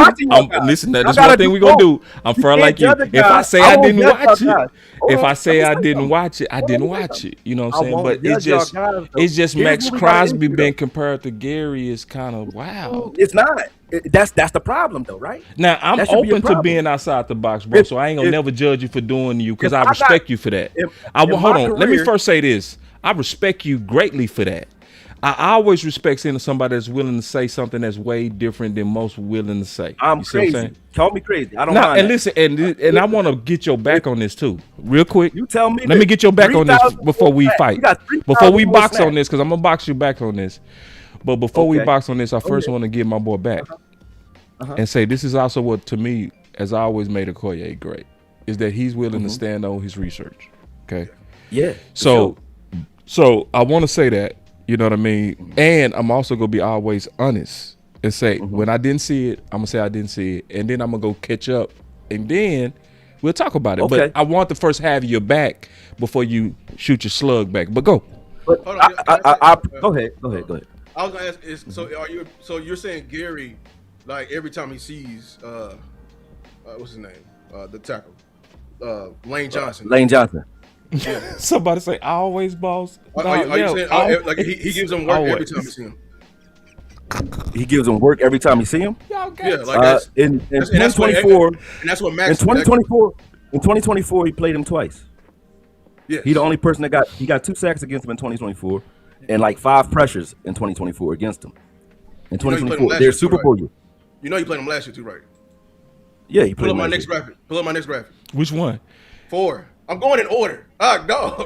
Lou, you ain't gotta check me, dog. I'm But- on you. but- I'm hold on, the hold same on. thing you want, No, bro. no, no. But Lou No, checking no, me, no, dog. go to- What's go going to the on? next Lou one. checking me, Go- dog. Go to the next one. My bad. Graphic 5. Go to the next one. Go to the next one. Go to the next Hey one. Lou, why you checking me, dog? What I do to you, bro? Because That boy Lou checked me. Hey, graphic 5. Graphic so, 4, hold on. boss. Get your shit together. Now, hold up. Time out. That boy, hey Lou, you ain't ever check me. I ain't say nothing to you, Lou. No, pull it Can I have back the up. Come on, Akoye. Put the graphic back up. Put it up. Let him talk. Let him talk. Put it up. Let's go. I'm liking I this. I can go on AI and make graphics to try to create a track for a conversation if I want. Wait, take it easy. But I can also watch the fucking film and tell me what you see on it. Because do you see Michael Parsons beating Lane Johnson ever in his entire career? Has he beat him? I'm Once? just letting you know what he did last Has he year. beat him ever? I'm letting you know what he did last year. Has he beat him I ever? saw. I'm asking a question. I'm just saying. I saw. Are you going to answer that? I saw Gary get a 7.5 sacks Make and did a it for graphic 8 for weeks. Get 0 sacks. Wait. Make a graphic for it. Wait, here's He the played graphic. Lane Johnson. Okay. He played Lane Johnson. He played Make Lane a graphic Johnson. for that. Let's go. I also graphic have the for that. numbers that when Mike is on the field, they're winning a pass rushing rate at 43.9%, and without him, it's 23. Like that's verified numbers. Who said that Michael Parsons ain't a pass rusher? What the hell are you Well, talking about? Of course, I'm if Michael- saying, but if Michael you're- Parsons and Gary on the field at the same time, why the hell wouldn't they not go up? That don't make no sense. I'm That's saying that's you're still giving. highlighting- Ain't Rashawn Gary on the field with him when that's happening? Yes. Okay, what you talking about then? So, but listen, and then in the playoffs, was Wait, Michael Parsons in the playoffs? No, it's Was on Micah Parsons in the playoffs? That was He- on he- off numbers. It was on off numbers. Okay, Like basketball. if you take one pass rusher off the field, but what's the opposite when those other guys is over there? Whatever number 99 was, and the other guy that's not Gary. Was they did they get any sacks? Was they getting any pressure? Doing anything? No. No. Okay, so that's why I said it's a lopsided infographic. But we can make infographics. But fuck an infographic. Look at the film of what he's doing. Not fuck the graphic, Akoye. Hey man, that's a foul. That's a foul. You're fouling right now. You're fouling. Beautiful. Hold on. Listen, y'all keep cutting me off. Nah, I'm messing with you, bro. Nah, we having fun, bro. This is all good, bro. Nah, this is a good fight. But hey, bro, we fuck with you, Akoye, bro. You know it ain't personal. I'm talking my shit too. Yeah. I'm loving this. I don't want to take away from the artistry of the infographic. I'm just saying, bro. This motherfucker, damn! And I had 2 shots. I'm loving this. Even he gonna put it up there too. But listen, even when you take Micah Parsons off the field, again, it don't make sense because when Micah Parsons was off the field, Gary still not asked to pass rush. They was asking him to still reroute tight ends. With 8 sacks though, you got 8 sacks for the season. Why the fuck wouldn't you be on the field if Micah Parsons hurt? Why you still got guys who ain't getting no sacks on the field in obvious pass situations? He was the one getting the sacks during the rest of the season. So when Micah Parsons got hurt, they never changed his role after Micah Parsons got hurt. They still kept him doing it. That was week 15. He got hurt. That was week 15. No, hold on. Wait. Hold on. Okay, Lou. And in the playoffs. Let me pause both of y'all. That don't make sense. Let me connect what y'all saying. Let me connect. Because I've been listening. So Akoye is saying, especially because we started off with win rate. Remember we started off with win rate. Yeah. And Akoye was saying the win rate is skewed because of the scheme. Yeah. That's what he's saying. Hold on, I'm keeping up with both of y'all. And that's on the film. You can watch it. Yeah. And I'm gonna ask you, we gonna sit down and show me that shit too. But my counter to that, because I know you will. Okay, I fuck with you, bro. So what's your point? So are you saying? No. Wait. I'm trying to pause y'all and bridge this before y'all fight. Listen, man, can I pause the fight for a second? God damn, can I pause it? Listen, I can't stop this fight. They just want to fight. Let me pause y'all and connect you, Akoye, before you box. I know you're a fighter. Akoye, let me pause you just for a second. I got you. Because this boy is a fighter. Damn. Let me just connect what y'all saying. So, and I'm being fair. Like you, I'm being fair. Akoye made a valid point. Scheme affected win rate, right? Lou is saying, if I'm understanding you right, Lou, I'm trying to connect y'all before we start the fight again. So Lou is saying with Micah Parsons, you still should have saw a more effective Gary, right? Is that what you're saying? What I'm saying is, I understand the role he's playing. You know what I'm saying? But like, there's a reason why I'm telling Shaq to sell the screens. I'm telling Penny Hardaway to pull up. You know what I'm saying? But just because, maybe Shaq can pull up. Now, maybe that shit is bad. But I'm saying there's a reason why he's doing it. It's not. That's why I said I know for a fact now, for sure. And I'm not trying to play you or nothing. I know you haven't watched the last end of the season of Gary's sacks or Gary's pass rushes. I know you haven't. Because if you're saying that and you look at Wyatt got 3 sacks because of Gary. I'm talking about against JJ in the game against Minnesota. Gary literally jumped and bear hugged JJ over his back. JJ, he slides off of him. Wyatt comes and cleans the sack up and gets the sack. Gary had the sack. That was Gary's sack. So that'd have been sack number 8 or 9 right there, right? Then the same game, Gary hits JJ's hand. His hand go forward, and it's an interception to whoever their middle linebacker is because Gary hit his hand. It would have been a forced fumble had it not been called. That would have been 2 sacks that game. You get what I'm saying? In the playoffs, he did the same thing to Caleb Williams, and Bullard dropped the interception that would have won the game actually, but he don't get credit for that. He had 6 pressures in that game too. They said he didn't have none. I'm watching the game. You know what I'm saying? So when you watch the game and say Gary just was like standing over there not getting no penetration or getting no pressure, that's bullshit. If you're watching the game, you watching him get 2 hands on quarterback. Now his knock, the only knock I gave him, and I really said it to him and his people, you got to finish when you get 2 hands on the quarterback. But he did that 7 times throughout the stretch of the last stretch of the game. Hold on. So you said he did it. He had his hands on the quarterback and 7 times. But against Young, didn't finish. But other guys is finishing off it, including Parsons. Guys is finishing off of what he's doing. You know what I'm saying? So when you see that, and you say but to look at the stats and say, oh, he got no sack, he recorded no sacks down the stretch. That don't make no sense to me. If you're creating sacks for other guys because of the shit you're doing, and you're actually creating incomplete passes, interception opportunities, Valentine is trash. Hold on. Valentine Wait. You say create sacks? Creating sacks for other guys, yeah. Wyatt got 3. Wyatt only had like what? Wyatt just got a contract or something like, right? Wyatt only had like 4 sacks, I think, last year. 3 of them came because of Gary. You can watch them. I don't got to make it up. Just watch it. I'm just not. And you can watch it with me because I already got it cut up for you. I'll send it to you. I'm being 1,000 with you, bro. I'm always be 1,000. I'll be 10,000. Yeah, always. Like when you creating sacks for other people, that's a value. I'm not gonna take away from the value for that. I want to see you get your sacks, bro. If I want you to be my closer, I want you to get my sacks. But I'm gonna ask you questions. I'm not gonna give you answers. We talking. We talking. No, I'm gonna ask you questions so you can answer. Right? Yeah. Okay. If was Gary getting sacks and finishing in the first half of the season? Was he? Was he in the top? I looked at each one of his sacks. I saw half of them as cleanup sacks. I didn't see them as athletic sacks. That's what I said that obvious and openly, bro. Like, and I did the film study before he was a Dallas Cowboy. I saw Micah create a lot of his sacks. I really did.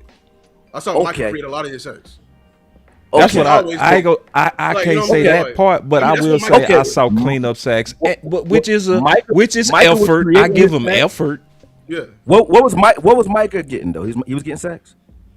You just said you want to see you get your own. I ain't talking about Micah. I looked at Gary. You just said I want to see you get your own sacks though. That's what you said, right? because when I looked at him, so that means I shouldn't be. I looked at his sacks and I looked at was it you or was it you cleaning up behind somebody else? Beating Micah in sacks? Wasn't he beating Micah in sacks for half the year until they changed the scheme? Yeah, wasn't he? Wasn't he? Was he beating Micah in sacks? Was he leading the team in sacks? I think that might come down to snaps, though. That might come down to snaps, like what you said. Because remember, he played less snaps. He was on the pitch count too. He plays less snaps than Micah. He played less snaps historically. Wait, Akoye. Gary only plays half the game. He plays 30 snaps a game. I wanna pull this back and let's narrow down what you're saying. Are you saying that Gary is the pass y'all rusher keep changing? that Micah is? No, I'm asking you a question. Is Gary the pass rusher that Micah is? Because that's what you're kind of insinuating. I'm talking about product. You said that I want to see you get your sacks. I'll put it like this. Micah is a way better pass Micah rusher. Way better.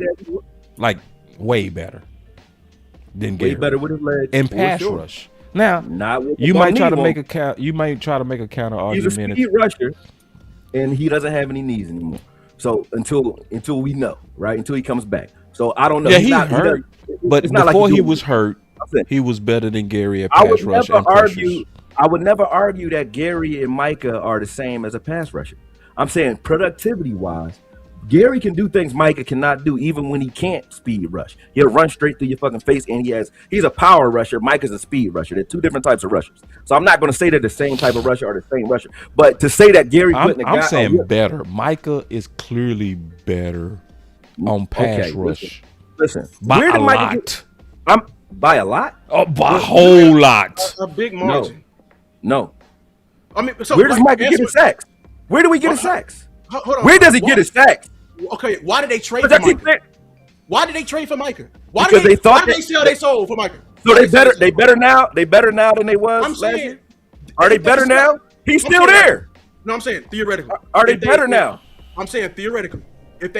What drove them to the point to give us 2 first rounders and a player? Because they thought that Micah Parsons would take them to another level.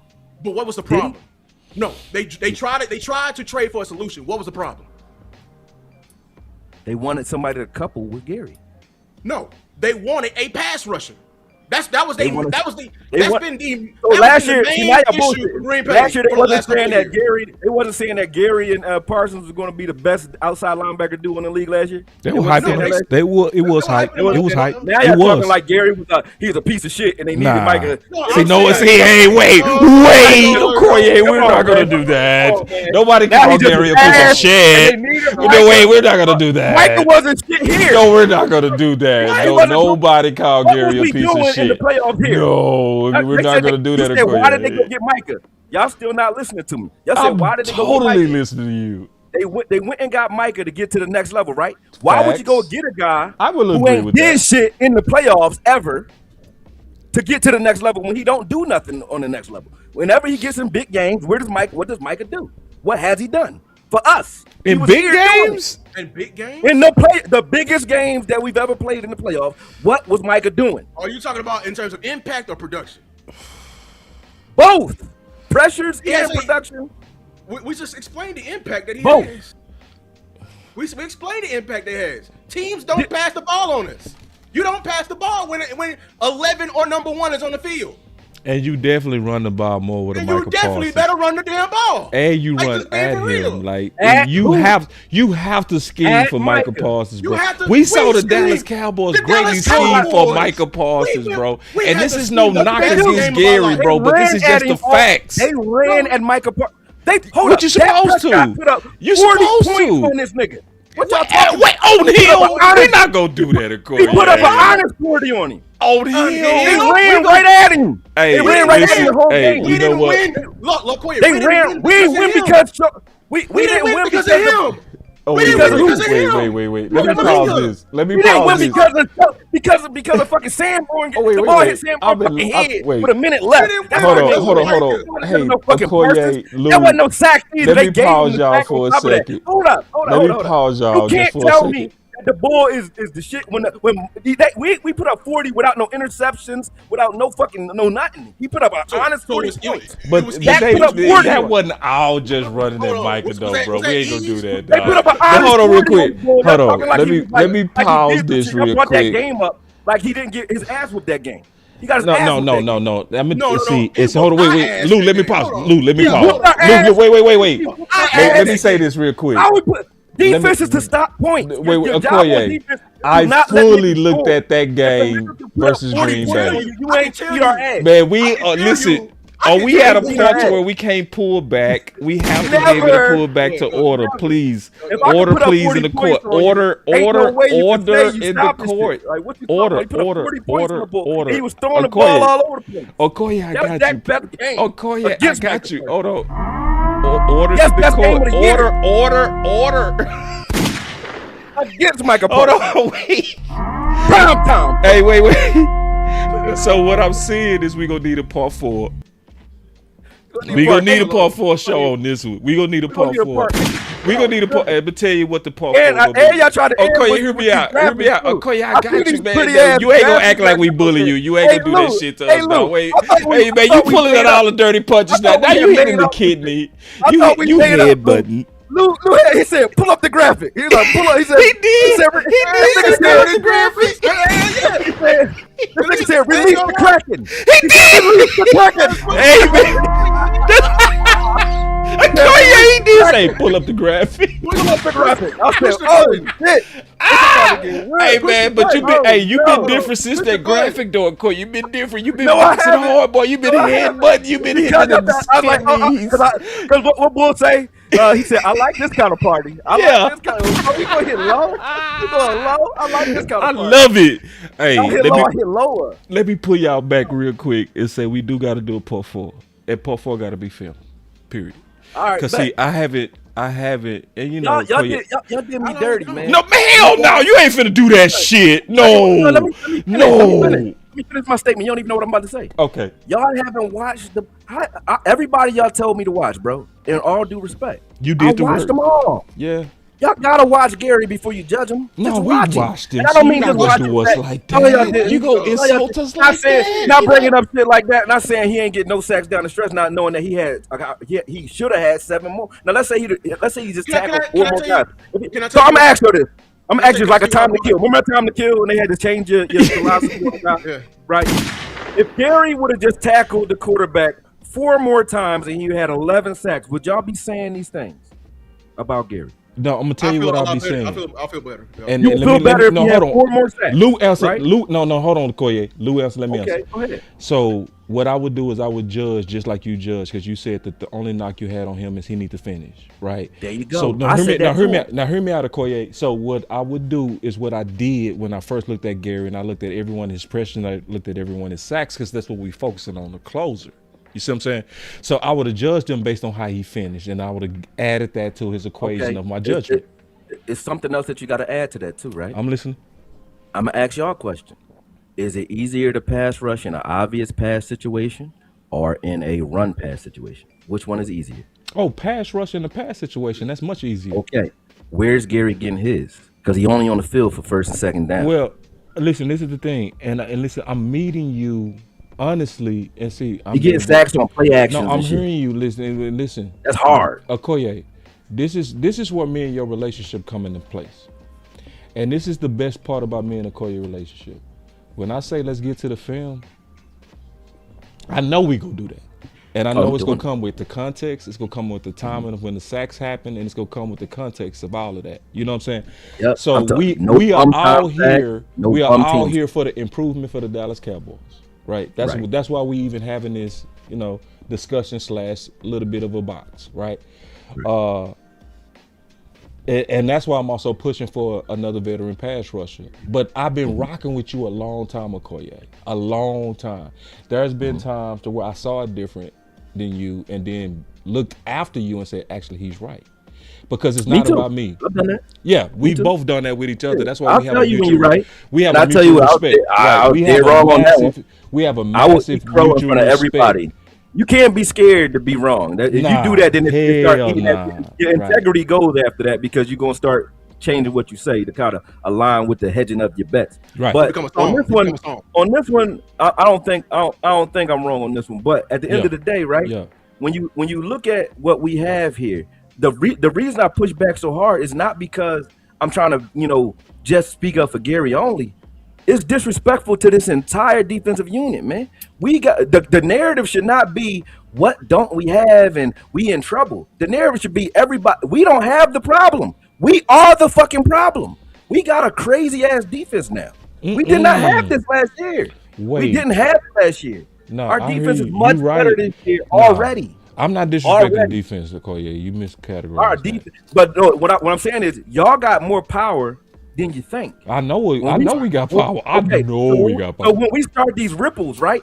The reason y'all think I'm arguing with y'all is because y'all acolytes are people who believe what we say, come to me, and they start saying things that like it's doom and gloom. If we don't get another war daddy, we're dead. I'm like, no, fuck we not. Now you we are not done. Us on that, bro. If we don't, no, I'm saying I'm not talking. See, no, you're not listening. You said our lookalikes, bro. You kind of said some real kind of like damaging things there. It's not damaging.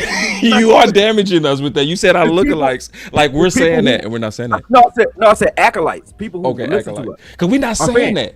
Okay, can I be clear on what I'm saying? Our fans take what we say though, and they interpret it how they want. Can I say what I'm saying though, so you can shoot me on what I'm actually saying? Hold on, bro. But I want to say what I'm saying, so you can shoot me based on what I'm saying. Go ahead. What I'm saying is I want more competition in the edge room, and I want to have somebody that I feel that has wit. Hold on, this gonna help you too. You go like this with Gary.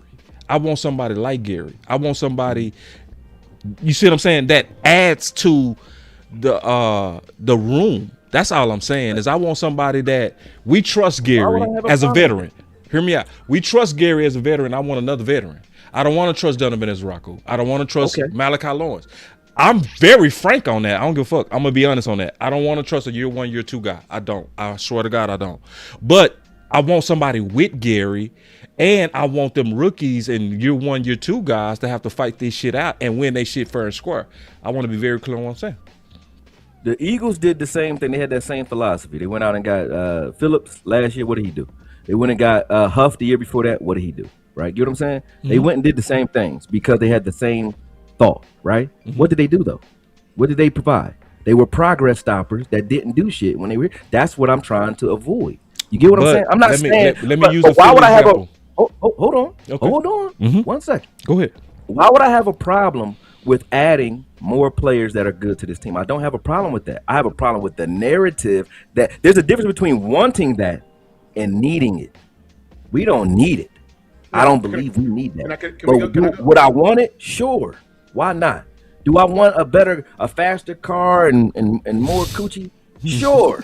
Do I need it? No, I don't need it. Take it easy. I don't need it. But let me tell you why we need it. Yeah, we need it. we need it. Let me tell you why We need it. Because I earlier in the show, and I think I don't That know how y'all can't tell long me. here. We'll talk it through. We'll talk it through. DeMarcus Lawrence, because I asked you because I was probably still in high school when he was coming out. You know what I'm saying? Versus Malachi Lawrence. For one, I looked at this film. We're gonna look at it in public with people like that. One, there's a lot of warts on this kid. There's a lot of warts, and mainly the competition. You know what I'm saying? There's a lot of warts. I'm saying a guy that came to the Dallas Cowboys to be successful did not have this road that we're trying to pave for our rookies right now, or our year one guys. And DeMarcus Lawrence, I just got through watching the playoff game in 2014. DeMarcus Lawrence was fighting for his life to get on the field. Like, and it wasn't because it wasn't out of bad luck or malice. It's because he needed it. Because I'm watching him on the field and I'm seeing him before Tank. Tank didn't have his Tank strength just yet. Tank didn't have his moveset. You did the Ezra last year. You know what I'm saying? But did. this is fair. You're right. But at the same time, like I'm quoting my defensive coordinator when he said this, and a lot of people overlooked this when he said in the first press conference. I remember shit like a attack. He said having development in a controlled environment. Right now, this is not a controlled environment. What we're doing for them guys, we're putting a lot on them guys. Year one, year two, and asking them. I want to take pressure off of them, Akoye. I want to take pressure off of them. I'm not pushing them down. Yeah, I want them to develop at a safer rate. Right. Yeah, I want to control their environment. Yep. Because at the same time, I'm honest. This is where my we can't fuck around with. Because we good with Gary, Akoye. We ain't got no problem with Gary. It's about I'm adding not to Gary. saying y'all do. I'm not saying y'all do. I'm not even talking about just Gary. I said inside and out. I said all of these guys. We are deep as fuck up front, and they nice. I mean, interior, but I don't. I don't. And it really just comes down to trusting year one, year two edges. I don't. Yeah. It's historically I don't. That's all. That's really what it comes down to. Like Gary is a very solid veteran. He's a very solid addition. He could be Pickens-ish, right? Pickens-ish, meaning he was undervalued where he left, and he could be a gem when he's used properly. I get your point, and I trust your character. So we ain't got to go through no shit like that. What I'm talking about is, I'm not arguing. I'm talking about the room. I'm talking about the room itself and doing the room like what we did to the wide receiver 3 room. We said fuck you in terms of what's my Florida? We said Florida. We said Florida. Like Florida should be safe, bro. Let's keep it real. Florida should be safe, and we said F you, bro. We finna put some competition on you, brother, and you gonna have to beat them vets out. You see what I'm saying? That's what I want for the edge room, and I want somebody with Gary. This ain't about shitting on Gary. This ain't about sitting on Donovan Ezraku, shitting on Malachi Lawrence. I just don't trust you young dudes. I don't. And it's like I want a vet war daddy with them dudes. It's like I want another Gary, goddammit. I want another Gary that would make me feel good that when we had those one-on-ones that's gonna come from quitting. I just said in the beginning of this though, right? I said this.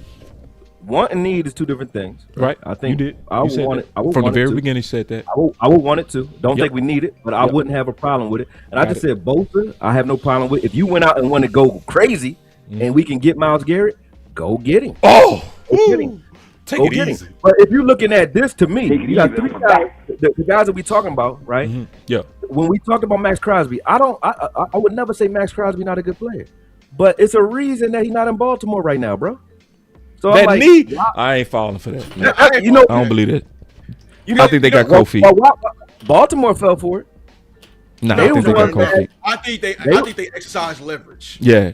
See, they had to give them so many picks that they choose to pay for it, and they went with him. Because they asked themselves the question: Why are we selling? Why are we breaking the bank on a guy who is questionable in his health? Why would we do that? Because they lost 7 players in the free agency, and they had no 2 first-round picks, and they didn't have the picks no more, so they wanted the picks.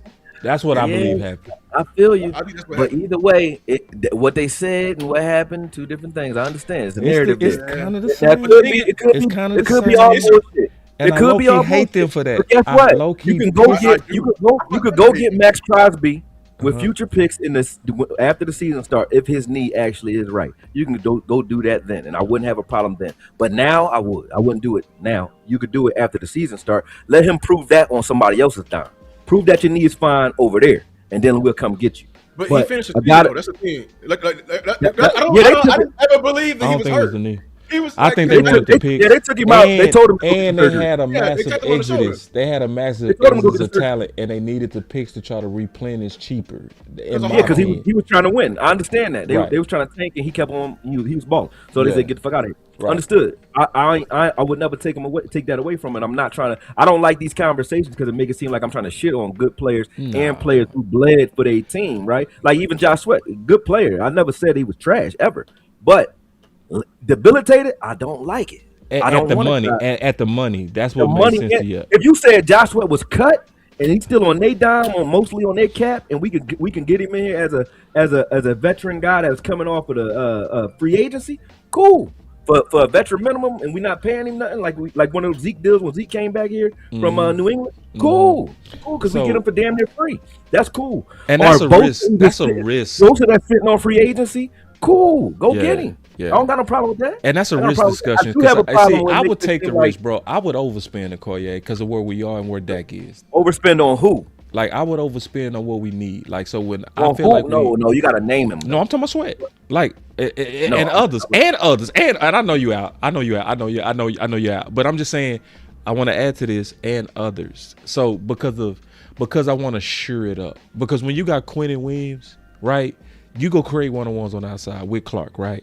So I want to have it so like obvious that we're gonna win that I will pay for it or pay extra. That's my logic on it. What's going to happen when Sweat is on a? So you would start Sweat all three downs? Nah. What would you do with him? Nah, I would do or First and like third. yeah, like So you would pay $20 million for a guy that's only playing for third downs? We already got that. not Well, we ain't just got third $20 down million. because he can play. He's adequate stopping the run. He's adequate stopping. He's He's adequate adequate. one more down. Yeah, Like, you know I what would I'm do saying? one more down. Yeah, It's one more like down. You I'm know not what I'm acting saying? like he's a bum on stopping the run. He's not a bum, but where he's a killer even on one leg is on pressures and He was sacks. He was top 10 in pass rush win rate on one leg. And the film said that. Which On we one leg. which we all looked at. All of us looked at his win rates. We all agree that he dope as fuck on win rates. He wins. He wins. And I want somebody, and I will pay extra for that because of where Dak what? is.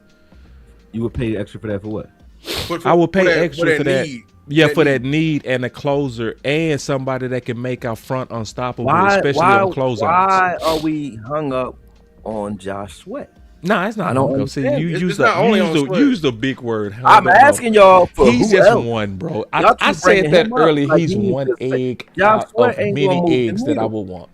I would take he's Cam a Jordan. progress stopper I would take- who's a liability in the run versus This the is run. not. This is no sales job for Sweat. No. I'm he just I don't. one. Hold on, boss. Pull up my last graphic. Pull up my last Oh graphic. shit!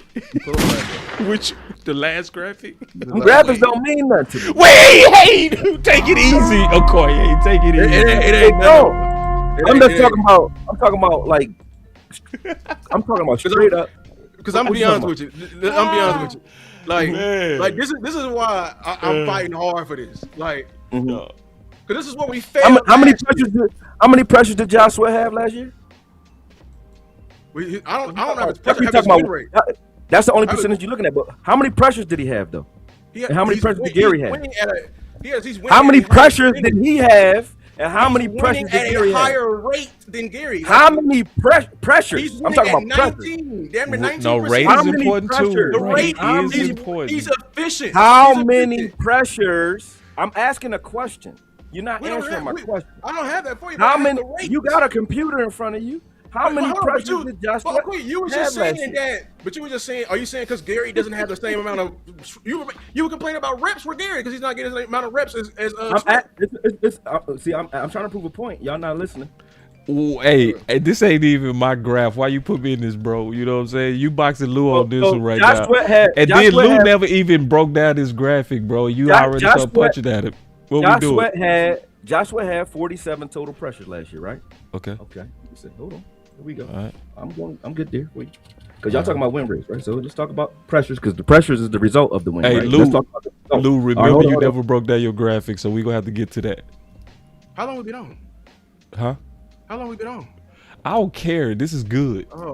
I'm enjoying the hell out of this. Like we on 2 hours or something. Like, I don't know. But this is quality, bro. I'm enjoying the quality. I'm making sure. Oh, this then we can war lose track of room, time. bro. This is a great war room. Okay. I'm loving this. This is the best discussion. And while he looking up the numbers, let me tell you why this is great for all the people that's watching on all the channels. Because we at June 1st is tomorrow. So with June 1st, it's an opportunity to be able to maybe add. You know, you gonna have veteran pass rushers that's gonna probably be at a discount. Hold up. Here we go. Before you go, Akoye, I just want to explain this. I know you're ready to shoot. Here we go. wait. Wait. I know you're ready to shoot. I just want to kind of explain why this is a very good. This is the best boxing match before tomorrow. Like, I want everybody to understand this because I'm on the side of adding, right? Akoye is on the side of I think we good with what we got. So we got to fight this out because the deadline is tomorrow. You feel me? Because y'all just said, and y'all was like, oh, it's not about Gary. We like Gary, right? And y'all keep using a percent. See, this is why stats and percentages, fuzzy math. Because wait, hell no. Let's verify. I'm gonna tell you why. Wait, it's fuzzy math. I'm gonna tell you why it's fuzzy math. Are you ready? Why is it fuzzy math? Because the whole point in a win rate percentage is to get a pressure, right? So if he's 19% in win rate, right? You said that, right? A pressure or sack. Let's add that. How does he have less pressures than Gary then? Last year, Gary got 54 pressures to his 47. How the fuck do that happen if you're winning more? He's winning more. He's winning more and doing what? So what are you? How you getting less pressure? Are you insinuating that Gary? Are you insinuating Gary's a top 10? I'm asking you the question. Are you insinuating that Gary is a top 10 pressure rate guy in the entire NFL? I'm not insinuating shit. I said he got more pressures than Josh Sweat last year. What are you implying with that? Are you implying that he's top 10? That's not an implication. That's not an implication. Are you implying that he's top 10? He got more pressures than the bull y'all riding right now. Wait. What the? No, because you put the graphic up. You put the graphic up. You starting to headbutt? No. See, now y'all corny with that. Because y'all just put the, y'all was like, now we corny. No, damn, Akoye. Man, you just went crazy on my boy Lou for name calling. Now you name calling. What we doing? He just put the pressure up showing Gary with 0 sacks down the stretch. He said, put the graphic up. Because we need to talk through it. Can we at least talk, bro? So why don't you show how many pressures he had, though? Why y'all not talking about the fact that he had 54 pressures with half the snaps? What are you talking about? Here. You want to here's the explanation. Tell that to ESPN. Tell that to ESPN. I'm talking to you. Tell that to ESPN. We do this because I don't tell that to NFL. That's why I do this. I don't listen to PFF or ESPN. No, I prove them niggas wrong every day. Every day. I prove them wrong every day. This is not PFF.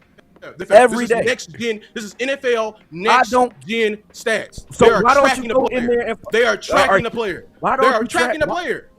If you can avoid anything, that means you can see it. Okay. Here. Show my screen. Show my screen. I'm right here. I'm looking at your screen. But we gotta at least have order, man. Y'all talking over each other. He has 36 wins, bro. We got to at least one person talk, the next person talk. Why you keep ignoring pressure? Hold on, y'all talking over each other. It's entertaining, but I want to make sure everybody can hear. Well, shouldn't he have more pressures? That's my point. He win more, right? Shouldn't he have more pressures? They're telling you right here what this is. I'm not arguing with this right here. 36 wins out of 196. He's winning at a higher rate.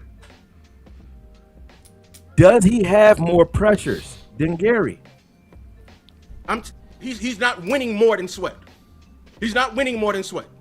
Because he's rerouting tight ends, but does he have more pressures than Gary? There you go. You're going back. You said the win rate is. You said win rate is based off of winning in 2.5 seconds. That's what you said, right? Hold on. I'm not going to let you keep. You keep telling me his role, and I'm not going to let. I'm not going to grade on a curve for what we. I'm not grading on the curve. I asked you. I'm not grading on the curve because you've been holding up tight ends. I'm not. So why do we count pressures and QB hits? Why you telling me a QB hit and a pressure? I'm telling you right now. So what's it? They said that Micah Parsons. They said in that game that we played Micah Parsons, right? They said that his win rate percentage was so ridiculous that it was Hall of Fame type shit, right? But what happened in those plays? Was Dak in trouble? That's where No. we disagree. That's what he Why- was. why- This is where we He disagree. was That's where we whooping disagree. his ass the whole game. He was whooping. He was Dak whooping our had his tackles' best ass. game of the year. He was whooping. Yeah, But you know who best wasn't game whooping of our the tackles' year. ass?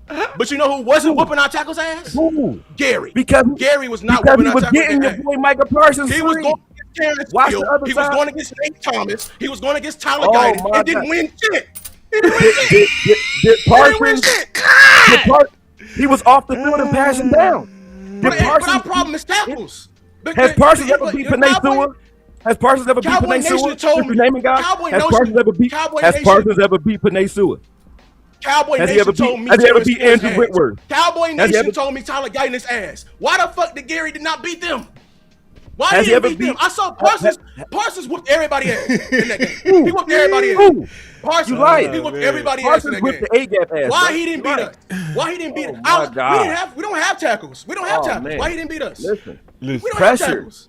You keep talking about win rates while a dude putting up 340 yards like it ain't like it's butter. Like that don't mean shit. Didn't do it. What you talking about? Pressure didn't- means he shit. didn't- what- Pressure is throwing incomplete passes. If you get a pressure or a QB hit, those get you incomplete passes. They affect the quarterback's mind. Dak was Why he didn't beat us? comfortably whooping Parsons' ass Why he? with the win No, rate no, percentage no. that he had. Let me tell you what we did. He whooped his We ass. had to game. No, we whooped his ass. I don't but care we if at he- the point- we were getting the ball out. We were Did he passing the get ball pressures or on one not? step All right, drops. I gotta step in real One quick. step drop. Hold on, wait. Win rate Let me percent- step in so real by that- quick. by that- you Let me said win step rate in real percent count quick. more than a Hey, pressure. let me step in real quick. How do a win rate percent count more than Let a me pressure? step in. I'm talking gonna about? moderate y'all, so we gotta bring y'all back. It's not true. Listen. That's why I said it's fuzzy. Listen. Win rate don't count more than a QB Her- hit or a pressure, bro. Akoye. Never. Akoye. In no way, shape, or form. Koye, do you remember when I sent out a tweet and I said I will pay somebody $1,000 if they can show me where Terrence Steele allowed 11 pressures in one game? You remember that? No, I don't. Okay, so I sent out a tweet because you responded, and I knew you would too, because I said because it was one game where we played against Philly and it was against Reddick, right? And they said Reddick had Oh no, that year when he had the bum knee. When, Terrence Steele first came back. Terrence he Steele did. just He came got back, that game. right? Yep. He did. And PFL That was said him that and Brandon Graham was whooping his ass. yeah, and they said that he allowed 11 pressures, right? And I went and looked, you know, because me and you the same, right? We go, Right. with, especially when it's something that bad, egregious 11 pressures. I'm like, I gotta see this shit. So I went and looked at all the pressures, bro. That was his first year back from an ACL. Yeah, but it was bullshit because I couldn't plan put $1,000 to anybody that can show me to where he. No, that was a bad game though. I broke It that was a game bad. down. It was I don't know if four. it was It was 11. 4 pressures. It was four. in crucial situations. That's why it looked bad. Yeah, but they put 11 pressures on that. But how about it go the other way though? They said that Rashawn Gary against Lane Johnson in the playoffs on the Super Bowl run got dominated by Lane. That's what PFF said. Yeah, He so he got a stack against him. This is and hear me out. This is why I They'd be needed to lying. step. Hold That's on. why I This don't is- listen Hold to on, Okoye. This is why I need to step in with both of y'all and say this. This ain't gonna get settled with nothing but film. That's why I said we ain't got to do a part 4. Just being real, because I don't trust fucking. I'm being honest. I don't trust nobody numbers. I don't trust nobody numbers. I don't. And Akoye, I done watched too many of your film sessions where I know you said that got counted as a pressure, there wasn't no pressure, or that's a pressure when it didn't count, right? So honestly, we never should do analysis on just data. You know what I'm saying? And that's why I understand the fuzzy mad that you're saying in terms of don't just trust the graphic, don't just trust the number. We got to trust the film. And then what am I count? If I say you won, right? Because you beat your guy, but did you get anywhere near the quarterback when you beat him? That's my point. Yeah, you That's know, what I I mean. get it. No, and Koye, Just because I you get might it. whoop your guy's ass, that's great. Yeah, but I did get you it. get I anywhere? get it. But You know what I'm I mean? also like you see guys might like we saw one play where against Minnesota, matter of fact, where Kenny Clark took a guard or the center into the backfield. Like he tackled him into the backfield. They ran right past him though, right? But he pancaked his guy. He whooped his guy's ass. You know what I'm saying? It was on a run play though, but he whooped his guy's ass, right? So if you whoop your guy ass, but you don't get nowhere near the quarterback, I can give a shit. No, totally right.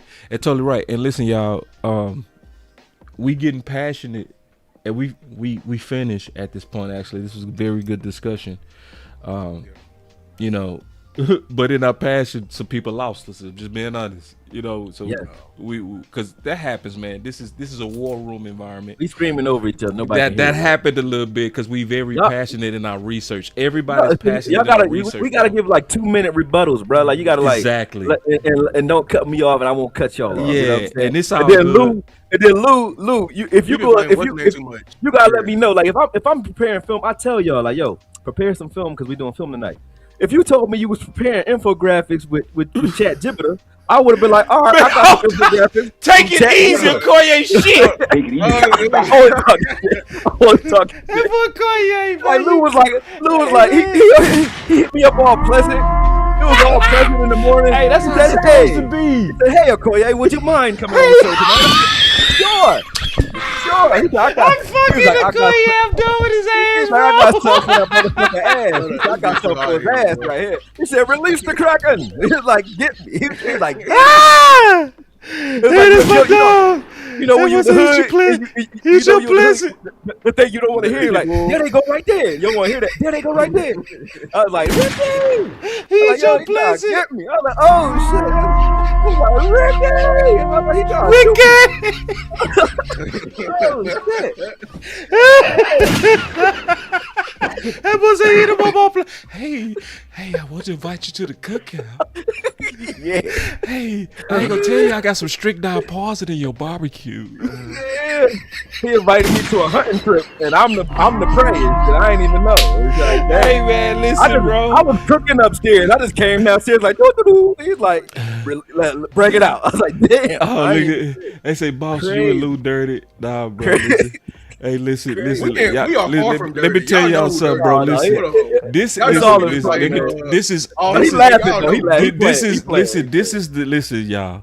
This is how we do. Like, for instance, when we box Henny the other day, my boy Henny sent 6 graphics that I didn't know was coming, bro. He just said right before the show, I need this graphic, this graphic, this graphic. He sent me all the graphics, and they was all anti what we was gonna talk about. I came here with a t-shirt. That's the game. That's how the game goes. I ain't got nothing up my sleeves. You know hey, but Akoye, real talk. When you a Zen master, and I would say you're a Zen master, bro. You a black belt easily. You're a second dan, right? You don't need no props, bro. Like, it's one of them things that if the field match, you go steal box with no prep. That's just how I go. So, like I said, I watched, but no, in all fairness though, I watched all of Josh Sweat snaps for the season. I mean, and it's not a waste of time. I enjoyed it. Yeah. I watched all of Josh Sweat. I watched all of Myles Garrett. Yeah. I watched all of Max Crosby. I watched all of everybody, Parsons, all of them, because I'm looking at it from a purely what do we need pass rush type perspective, right? And I'm not weighing it only off of straight up, are you a better pass rusher than the guys we got here? Yes. But do you have holes, and what are they? How do teams attack you, and how would that help us here? What scheme do you play in? Are you on a 4-down line or a 5-down line? Like what type of scheme do they deploy when you out there? So those things answer. Are you getting your sacks from moving around, crawling around in the A gap, or are you getting it truly lining up outside? Because if you're getting them in the A gap, I can get Barham to do that. You know what I'm saying? I can just have him blitz in the A gap. You know what I'm saying? So I'm asking that for a reason. If you just, like you said, Will Anderson for sure, Josh Sweat. Actually, out of that list, y'all keep saying it like I said I don't want him, right? But what did I say about him? He the only one they didn't scheme for him. He was whooping ass on his own. I gave him his respect. No, they you didn't did. move him around. No, he you gave Sweat his pass rush respect. Yeah.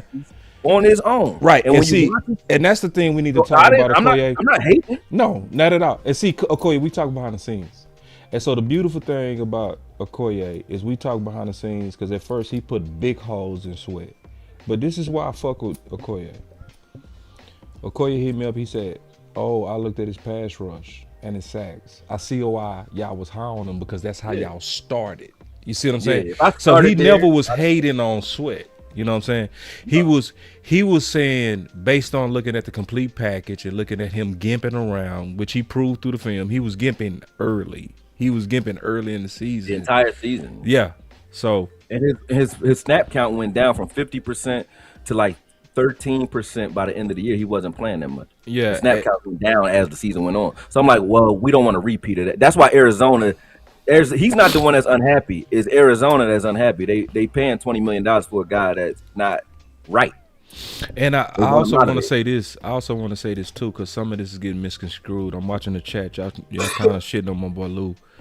Lou wasn't setting up Okoye. This had no, he wasn't. I'm talking. We having fun with that. Let me explain. Lou wants, like I want, somebody else to come in here and push more so Donovan Ezerako and Malachi Lawrence. That's what we pushing for. That didn't bother me at all. Like those you see what I'm infographics, numbers and infographics don't bother because those graphics, it's to show we still need more. This is not a hit job on Gary. This wasn't a setup of Akoye. This is people doing research on what we feel like we need before June 1st. That's why if you look at the whole thumbnail, this is a June 1st discussion, like where we finna have some people out there, like for instance Bosa, who gonna likely be a deal. So he's gonna be a deal. So we focus on getting somebody tomorrow. This ain't got nothing to do with no like us trying to set up Akoye. That's bullshit. Now I'm watching the comments, y'all going crazy on that. Like, listen, we like, and every one of us are grown ass men where we can stand on our own. Every one of us, you know what I'm saying? Where whether it's preemptive setup or anything, like I could set up Akoye all day if I wanted to. He still go box very well. I could do the same thing to Lou. I could say, hey Lou, you don't know what's coming, but he go box very well because everybody sure is researched. So I just want to, it's just a small, sometimes differences of opinion. That's what we're dealing with. And it's small at the end of the day. Because if you listen closely, what Akoye said is the difference between the want and the need. You know what I'm saying? That's the difference. He said it's the difference between the one. He's saying I would take it, but I'm not. I just differ that we need it. We feel like we need it. That's only where we differ. Need one. Yeah. That's it. That's it. I'll give you that. Yeah, I'll give you that. But and then I also tell everybody, like, look at the Super Bowl team from last year, man. Oh no! No! Damn, we was doing good, bro. Y'all gotta let me finish my point. I know you're pull up the graphic number 2. Pull up graphic number 2. Shit. Pull up graphic number 2. I don't even get to say nothing here. I ain't even get to say what I said. Go ahead. What am I about to say? Nah. What am I about to say? No, you go say basically. No, I don't know what you gonna say. I gotta let you finish. What do you think I'm about to say first? I would think you finna say if you go look at the winners of the Super Bowl, they was a committee that won it as a committee without a lead pass rush. No, I was gonna say they played inside out.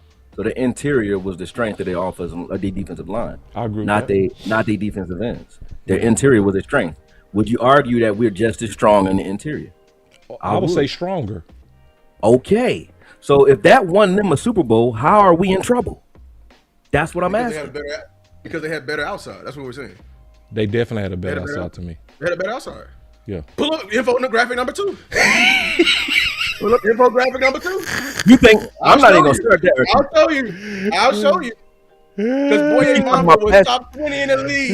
Marcus Lawrence top 14 in the league. So how many sacks he had? 2? Yeah, 2 sacks. How many pressures Boye Mamba had? How many pressures? Yes, but he was getting. He had 2 sacks. 2 sacks. Getting pressures. 2 sacks and how many pressures? How many pressures? I don't have the number of pressures. I have the win rate. He was winning. Yeah, and we had the film. We watched the film because when I first heard that name, when they brought that name to me, I scoffed at it. Remember, boss? I scoffed at Boye. He had less pressures. He had less pressures than Gary. He had 40 total pressures. Gary had 54. I'm telling you right now. He had 40 total pressures. But y'all, you bringing up a guy that had 2 sacks and 4. Hold on though. We watched Gary in 2025 and Boye Mamba.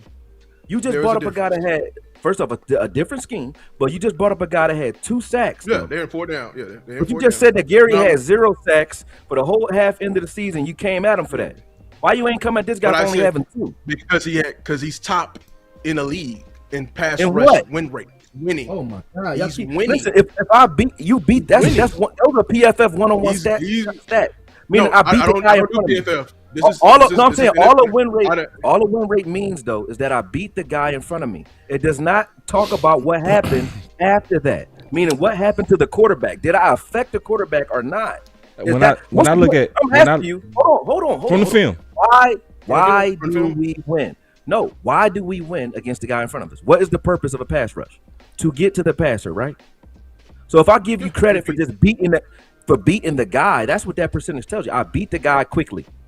But if I didn't do shit to the quarterback, what does that matter to me? That's what I keep trying to say. It means So, if you're looking Okoye. for somebody, Now, If you Boye put the guy Maffa in is front of somebody. Boye is Maffa that we all looked at. So I looked at his film on that, and he was similar to Gary. I was low on him. Hear me out, Lou. He was similar to Gary in terms of clothes. Like, and we said that, Lou, when we did that. Yeah, we did. We said, close, like, yes. he is everything but fucking wrap him up and get him on the ground. Like, Yes. to where Yes. the stat, just like you said with Gary, is what we said with Boye. Because that's what the film clearly showed. And it's true as hell. Like, Boye Maffa did everything but clothes, bro. He was dope as hell into the clothes. Like, no lie. But he still only had. No, yeah, we agree. We agree. It's the same point you're making with Gear. It's the exact same point. Then you put D Ware up there, got 14%, right?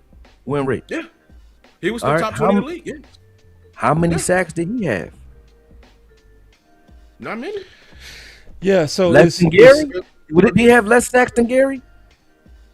Didn't he have less sacks than Gary? He's winning more than But Gary. it's not even really about What is a win? What I'm trying to Gary. did he have less sacks than Gary? That's why disconnected is. You're counting out his sacks, and we're telling you that a lot of the sacks that Gary had. Did he have more pressures? He's not winning at a higher percentage. Now to tell you that I never disrespect no players. Y'all keep saying that Gary was getting 8 sacks a season before Parsons ever got there. He was getting 9. He averaged 8 sacks a season, just like Sweat. Sweat only averaged 8 sacks a year.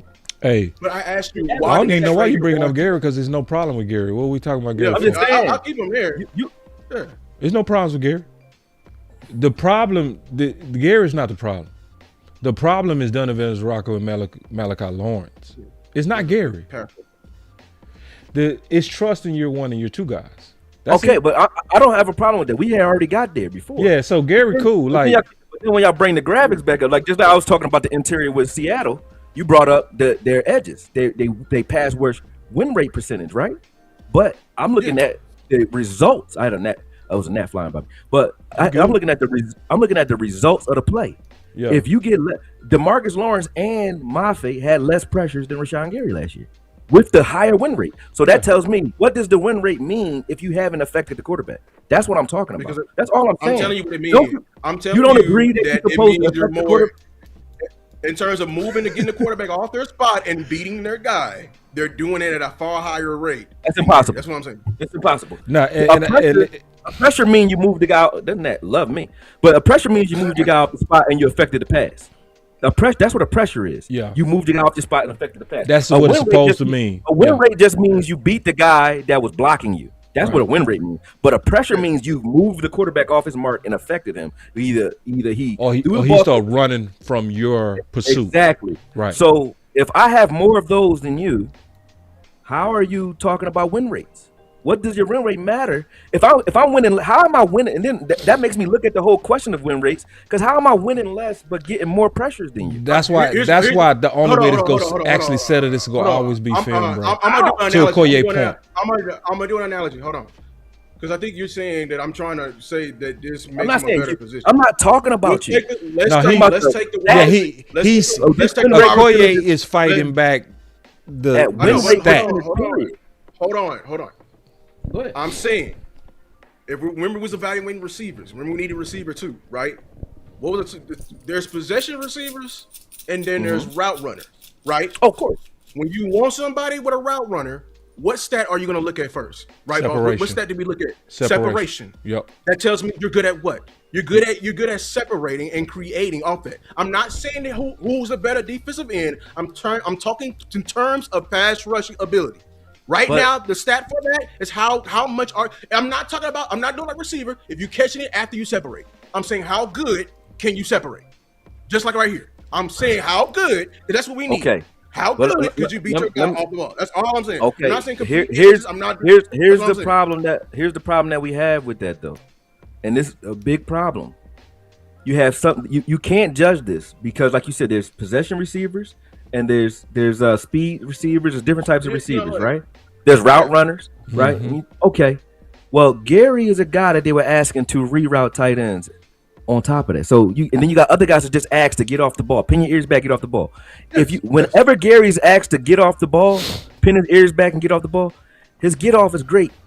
He ain't got no problems. He's not asked to do that, but he's still getting more pressure than the guys who are. Meaning, if I tell you, hey, this is a relay race, you get to go off the snap. He gotta wait, and he still get a pressure before you do. That is a problem. Don't you think he's a problem if he's doing that? That's how I look. I look at it like if I more responsibility and still getting to work and still outworking the guys that don't got that responsibility. That don't make sense. I don't see. I didn't see Josh. I never seen Josh Sweat rerouting tight ends. But they have Josh Sweat. Have eight. See, you're acknowledging him rerouting and not acknowledging guys like Nick Bonita, who's constantly got to have a tight end on them or a fullback lineup to that side, and they're chipping him to slow him down. Like that's they're having a responsibility. You know what happens when you chip Gary? When you chip Gary run through it. Why wasn't they asking him to just get off? Why did they ask him to reroute? That's what I'm saying. That's my question. Why weren't they asking Gary to run? I think that's by design. That's what I said. I think that's by design. It's not by design because when he wasn't out there, they didn't do it with no other guys except for Van Ness. Van Ness was the only other guy they asked to do that. But I'm saying, all I'm saying is this: if they ask you to do the things, but you're capable of doing the other things, but they didn't ask you to do the other things, then I'm saying, my God, they can't tell me that you're not capable of doing the other things when you're doing it better than everybody else that's on the field. But was it for the first half of the season? At any point before Micah got there, was he doing that? Yeah. Then why did they treat him like? I've watched Gary's film bro. Listen, I'm gonna tell you something. I try to get y'all to do. Why they need the Micah? You gonna let me answer? I'm not arguing with you, bro. Listen, I just told you you seen it. I know you seen the year before Micah got here in the playoffs. What Gary did to Lane Johnson. That was the year before. So you saw that. All right. So we ain't got to talk about that. But let's go back to the year before that because that's an important year for me. 2023. Yeah. 2023. Right. Gary was coming back off of the same injury Micah coming back off of. Matter of fact, worse. He tore every ligament in his knee. Every last one of them. That was his best year. He had 9 sacks, right? In 2023. Off of only 574 snaps, bro. Micah Parsons that year had 864 to get his 13 sacks that he had, right? He had 864 snaps. He had 300 more snaps than Gary. You know what I'm saying? For 4 more sacks? 4 more sacks? Then Max Crosby that year had 935 snaps that year for his 14 sacks. You get what I'm saying? That shows how productive he is. He only played 574 snaps that year. He only plays 500 snaps every year. You get what I'm saying? 500 snaps. So I'm saying, why did they view this has been that means when he's on the field. That means if you cut Micah Parsons down to 574 snaps or Max Crosby down to 574 snaps, would they have more sacks than Gary those years? No. If you gave him their snaps those years, would he have more sacks? Yes. You telling me if he could do the things they do, why did he take him off the field? If you watch his film from any of those years, especially 2023, he was murdering quarterbacks. Like, so we're not arguing ability. We're not arguing ability. We're arguing the situation there. That's what they sound like. We're arguing these guys in just different situations. Yeah, that's of course. And Akoye he been clear on that. And they asked to do different things. Yeah, and now he walked in with that point. Like he walked in. So it's just like Akoye. Let me sum it up because I'm gonna show you that I'm all the way with you because I heard exactly what you're saying. Before you go, one more. On the other side of the ball, we had the same discussion before last year when Javonte Williams came here. He had a different role in Denver, and he was coming back off of ACL, and they was down on him. And the offensive line was bad. And he didn't have no Clayton Adams either. Do he look like that now? No. When you get in a situation where people see what you are, and we could talk about another one, an All-Pro that Christian Parker just had, and Zach Bond. Zach Bond wasn't shit in with the Saints. He was outside. He was a defensive end or outside linebacker that wasn't doing jack shit. Yep. They came and got him, and they used him the right way. Right. So if you take a guy and you take him out of his element, you can't tell me that 6'5", 280. There's only been 3 that's been that big that can move. That's Julius Peppers, him. Go ahead. But so what are we finna get ready to use Gary like then?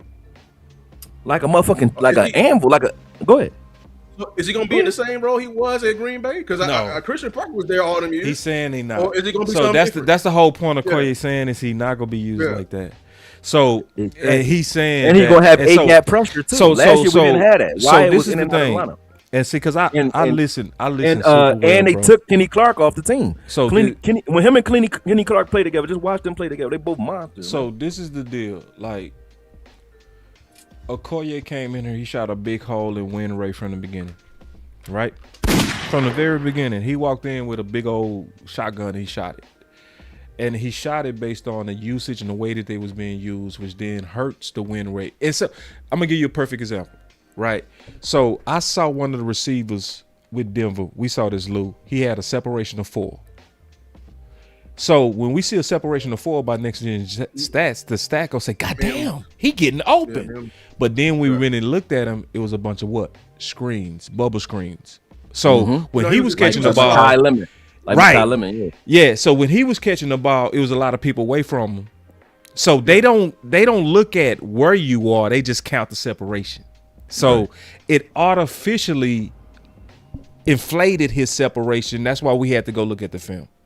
So, but the thing is, a lot of these guys we looked at the film with. Like, no, I know. But I'm just saying. No, I'm just saying where the disconnect is. That's all I'm saying. It's where the disconnect is, and the word. You know what I'm saying? That, and it's gonna come down to what will make us the best as content creators. We gonna have to sit down and film this shit out. Let's do it. But what's the criteria? Because the statting this shit out, like it's go because we would have to look at based on your pushback, Akoye. We would have to look at the actual consistency of him being put in a situation that's going to affect his win rate. When you see that from the film, oh man, I can't wait till you see that. No, I'm with you. And listen, it'll drive you crazy just from the fact that even if you wasn't talking about him ever coming to the Cowboys, it was crazy work what they did to that man last season, man. Right, that's not no bullshit. No, I'm with crazy you. Work what they did, and I'm with you. And because I'm hearing your case. After week 8, I swear to God, bro, the whole scheme changed. And you can look at it. Just look. I don't like to look at stats, but look at the stats. After week 8, Micah Parsons. Yeah, after week 8, Micah Parsons got moved to the inside. Right, he wasn't on the edge no more. Gary got taken off the field in all passing situations, and Micah Parsons suddenly his numbers start going through the roof against the Arizona Cardinals, against the Giants, and so on. His numbers just went up all of a sudden. I'm like, how his numbers go up all of a sudden? You know what I'm saying? Because they needed to just. It's not even about Gary only. They needed to justify the move they made. You can't have Micah Parsons get less than 10 sacks. They got to figure that shit out. No, I'm hearing the theory, and the teams do move like that. Nah, teams do move like that. I hear you. It was moving like that. Yeah, no, listen. And they moved on from Gary because he was pissed off about what they did to him. You're like, yo, even after the boy get injured, why you still got me rerouting tight ends? Even in the playoffs against Caleb, you want to win, right? Why you got that man lining up outside of tight ends like he a nickel? Why he always out there? Hey, I've heard and still getting to the quarterback. I've heard that theory. I haven't confirmed that theory, but I heard that theory. Keeping it real. Akoye, I fuck with you, bro. I ain't gonna never say I ain't gonna lie. Go every snap. I fuck with you, bro. I ain't gonna never say you lying. No, I know. Yeah, I know you ain't saying that. Yeah, it's one of those. I'm being straight up like I didn't dissect it like that. Without even talking about the Cowboys, what we need. I'm telling you, it will piss you off. But what I dissected about him and what I didn't see him as a better pass rusher than Sweat in terms of pass rush and sacks. That's it. Like, and others. But I'm just saying, y'all already agreed. But I'm very open. If he would have finished 4 more sacks, y'all already said y'all would have been okay with him. Right? No, y'all wouldn't have been. I said I would have looked. We'll view them differently. But I would have looked at the sacks. That's what I would have did. I would have looked at the sacks, and I would have said, was it a cleanup or was it? We'll view them differently, but the question would be how much. You know, so we'll view them differently. Oh no, I'm just saying how much different. Yeah. I'm saying this, but this is. But Akoye, this is honestly not even a Gary discussion, to be all the way honest, man. We fuck with Gary. Like Gary is somebody that we would want as a veteran. No, yeah, and you listen. You a monster. You really kind of what you did a great job today at Akoye is doing what we all really agree on, especially me, you, and Lou. It's about the film, not the stats. You know what I'm saying? Yeah. That's what it really is about. That's what you did a great job of putting holes in stats. Like, just like, because I don't even care about pressure numbers or nothing, because I don't trust none of that shit. Like, I got to go look at it. You know what I'm saying? And so when I look at it, that tell you the complete story. That's what make you great, Akoye. That's what make you great, Lou. Like, straight up. That's what make me great. Like, I swear that's what make all of us great, is that when most people go make a snap judgment based on the stat, we ain't gonna never do that. Not us. Like, we go dig into that shit. And when we dig into it, that's when we come out, honestly, right more than others. Straight up. Because we do the extra that others don't. So I want to conclude this and get my final words. Right, and I'm gonna let y'all figure out who we go get the final words between y'all two. But I want to get my final words now, because I like y'all fighting this good shit. Like for real. Luke can close because you know what I mean. He invited me on, so man, it's good. So let me say this. You go like release the Kraken. He's like, oh, you I not got that. No, we ain't gonna do that, Koye. We ain't gonna do that. We ain't gonna do that, hey, Koye. Luke trying to shoot me, man. No, man, it ain't that, bro. It ain't. He started pulling up on half court. Hey, listen. These are my final words for this. This is about June 1st. With me. My thing is about tomorrow. My thing is about the next hour. It's going to be June 1st in an hour.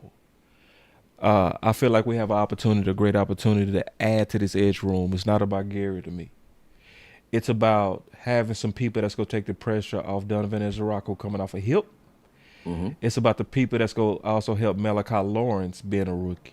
I want to guard those guys and allow those guys to get into their year 3 in a way that we're not putting all kind of undue pressure on them. One of the best ways to do that is to do what actually the Eagles did, because you brought up the Eagles, Akoye, right? And what they did when they oversmith on those edges that didn't pan out.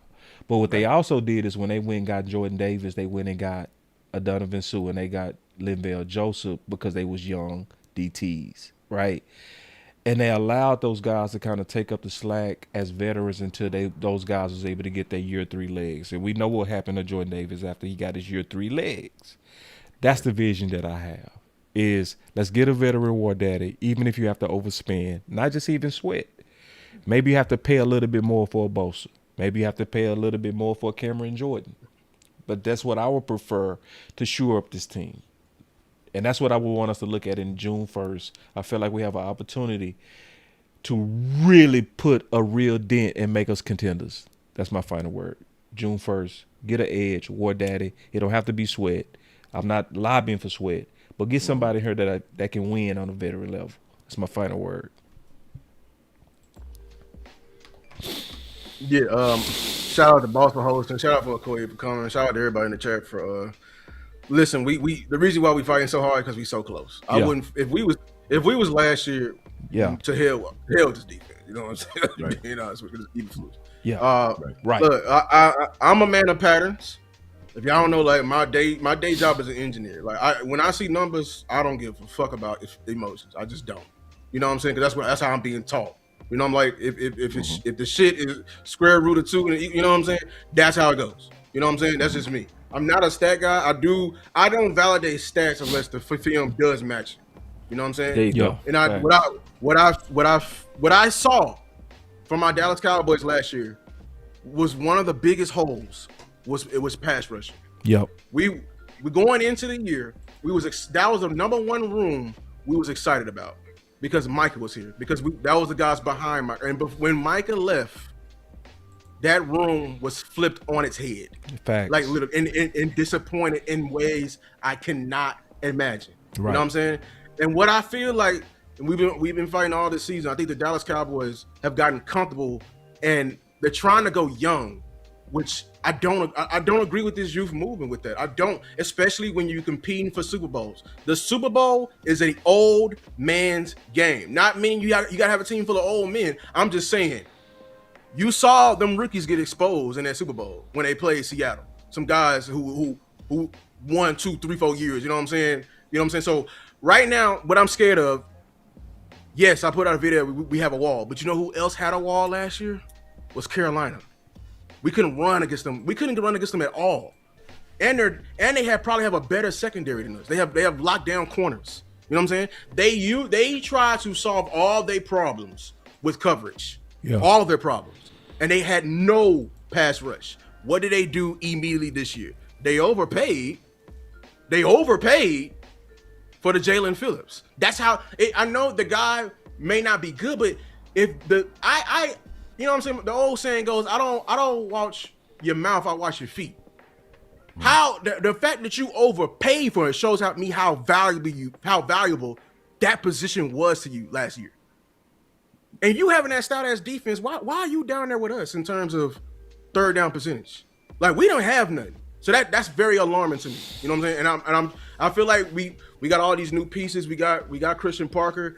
I want to give him this because not only does Evero need it, man, his mentor needed it too. You know what I'm saying? So look, as Araku, you might can take a year 2 jump. Keyword might. I don't want any question marks. Malachi Lawrence, you know what I'm saying? He will, but I'm saying like how much? You know what I'm saying? That's the question. Malachi Lawrence, could you come in here and be what's my God, James Pierce? Hell no. Like I'm being honest with you, that's a small because like you don't have the same thing as James Pierce is a quick Shit first ain't step. gonna happen, bro. The first thing BT Jordan worked on you was your quick first step. Mind Facts. you, that's what reporters were saying. That was your highlight. Right. That's facts. That's facts. I did the fucking work. I saw that kid at UCF. Facts. And I guarantee you, he has a lot more warts. And it's okay. We're getting ready to put together that film session because one thing I didn't like is you versus competition. In your entire year, all 4 years when you was at UCF. Yeah, I didn't like that. So when you played against Max Ahenachor, you gonna be facing guys better than Max every week, especially in this division. Take it easy on my back. My last graphic is this, bro. When I don't look, bro. I'm a Cowboy fan. All I care about is results on 1 minute and 53 seconds left in this 3rd and 8. Pin your ears back and get to the damn quarterback. I don't want no maybes. I don't. We too close. And I'm trying to. Super Bowl teams never stay stagnant. They never stay stagnant. Wherever it's a maybe, a question mark, or a if, they fill it in with for sure. You know what I'm saying? And that's all I want. Damn. I want for sure. I want to be able to sleep like a baby at night. I sleep like a baby at night because I know nobody gonna whoop Tyler Smith ass. Like just being there is no if with that. You feel me? That's all I want for my pass rush. That's all. And I may be close, but maybe some of y'all can sleep and hope. I don't. Woo! I don't. Damn, take it easy. Hope and faith is 2 different things too. I'm gonna be honest with you. Woo! Because it's called faith works. You're supposed to pray about it and then take your ass out there and go do the work to go do it. Hey, listen, you can't cuss and talk about God at the same time, bro. You're right. God will meet you in a moment.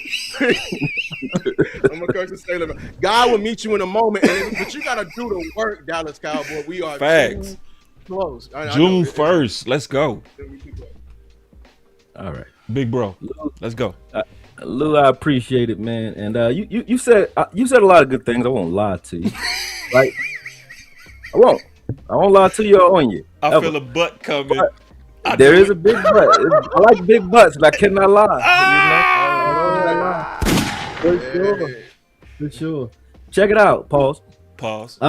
You just said that we want to go young, and you don't believe in the youth movement, right? All right, I'm gonna name some names. Okay, Nolan Smith, Blankenship, DeJean, Nakobe Dean, Jalen Carter, Jordan Davis, Zach Bond, Quinyon Mitchell. I said DeJean already, didn't I? Sure did. That was a young ass defense, bro. All across the board. The Eagles went young and won a Super Bowl. Okay. Last year, even though they weren't relying on the edge, Seattle with Eminware and Devin Weatherspoon, 2 young players that changed their whole defense as well. And they got young players all over too. So the youth movement, the push against the youth movement, I didn't agree with the fact that going young meant that you can't win. You know what I'm saying? I think that's definitely just a case by case situation because they definitely went young and won. And that's young all across the board. And that's with the guy that we brought here who we all lord over. And this is the thing that we forget.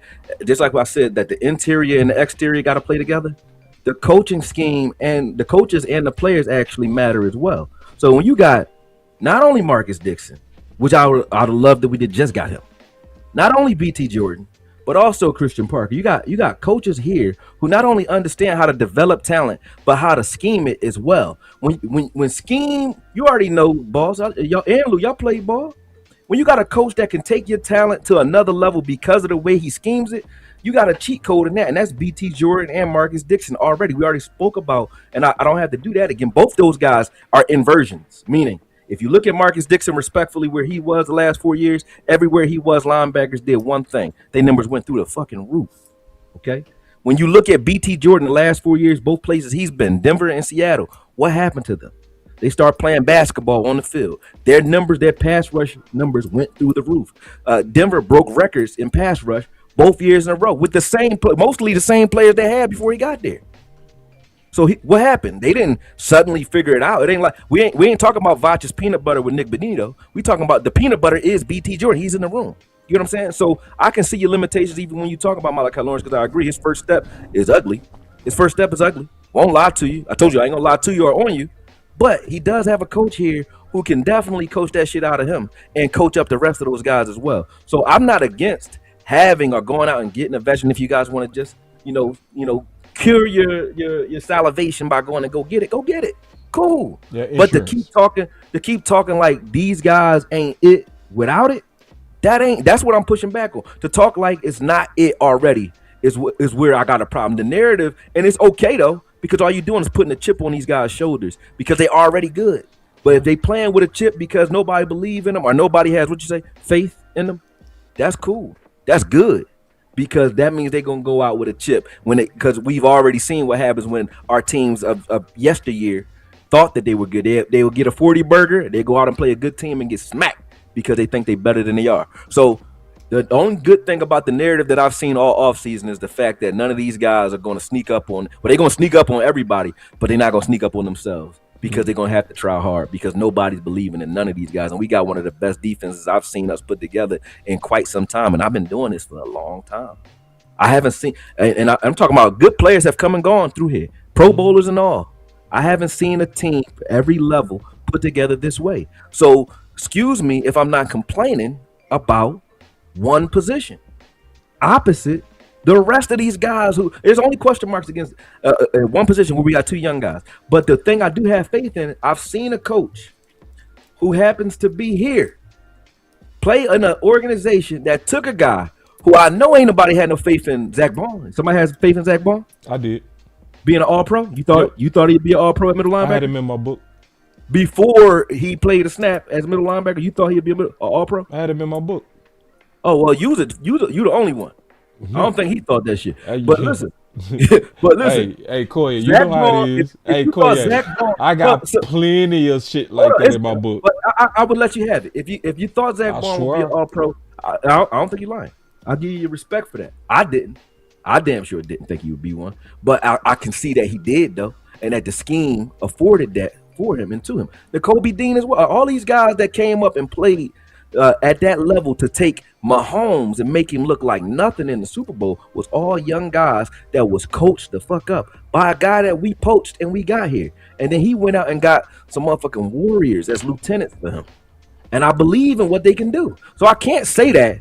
And then on the other side, like doubt everything that we got, because it's like they don't just have guys that they gotta mold into something from like pure clay. They got guys, but then they got the guys that we have that are coming in that we have question marks about, like the Caleb Downs or the Malachi's or even as a Rocky. No, I'm saying when I say question marks, I mean we gotta know what they're gonna do on the pro level. Those guys are not coming in asked to be your world beaters. They have a nucleus here with Quentin Williams, Quentin Clark, and the guys that we have here. Even on the back end, we got veteran safeties that's in that room with even Caleb. So the guys that we have here, even in the secondary, Bland, Durant, these are veterans. PJ Locke, Hooker, Thompson, they all veterans. So even our rookies, they're not asked to be Kobe. They ain't got to be Kobe. You taking guys that you could have asked to be Kobe and you asked them to be Horry. That makes them better automatically. You're not asking Malachi Lawrence to be Micah Parsons. He don't need to be Micah Parsons. Give me 5 sacks and don't screw up versus the run and learn on the job. That's all I need you to do. That's all I expect from him. 5'11", I don't give a shit. I'm not looking at him as the guy. He's not the only guy. We got so many people in that room. And you talked about competition. It's enough competition in the room already. But if you brought a veteran in there like a Bosa or like I said, I say Bosa because he already free. Go get him. He cheap. Go get him. And he not a progress. Man, I knew you was gonna come around and call you. I knew it. Okay. Oh, I'm okay with that. I'm okay with that. But that's all we saying. I still would say we don't need him, but it's okay if he come. You know what I'm saying? You don't need him, but it's okay if he jump in the car. No problem. You know what I'm saying? You got your heavy hitters already, bro. And the reason I spoke about the interior and exterior, and the reason y'all keep avoiding the interior is because we avoid the interior, bro. Because I don't think Byron Murphy and Leonard Williams together are better than Kenny Clark. You said we avoiding the interior. You know you talking to Mr. Shoes. Like when I say avoiding, I mean you. If you look at something in a vacuum, it looks pretty bad. You know what I'm saying? But when you look at it holistically, it ain't bad at all. Even when you talk about our pass rush last year, when you're secondary trash and you playing 15 yards off the ball, you're not gonna get many sacks because they got somewhere to go with the ball anyway. You're not gonna get many sacks. I don't care how. Look at Micah Parsons. He was winning fast as fuck, but Dak had somewhere to go with the ball. Why? Because Green Bay secondary trash, or their corners is trash. Their safety is cool. The corners trash though. You know what I'm saying? So at the end of the day, we already know that if your secondary not holding nobody up, they're going to have somewhere to go with the ball anyway. So who knows how well those guys could or couldn't pass rush? You can't really evaluate it because the team from top to bottom, inside out, was all trash because of the scheme and the coach. I don't even know. I don't look at any player. I don't look at no player last year and say trash because I don't know. I can't assess them. I throw it out because there's a lot of moving parts with that. No, that's super this fair. year, they don't got that excuse this year because we got the coach and you gonna have the skies this year. You gonna have the skies. They addressed it top down, inside out. We rebuilt this team. And so when you look at the interior and the exterior, I got to look at that because guys don't have to counter as much. When you got guys collapsing the 8 gap, those guys can rush wide and still get home. They don't have to counter as much because there is nowhere to step up.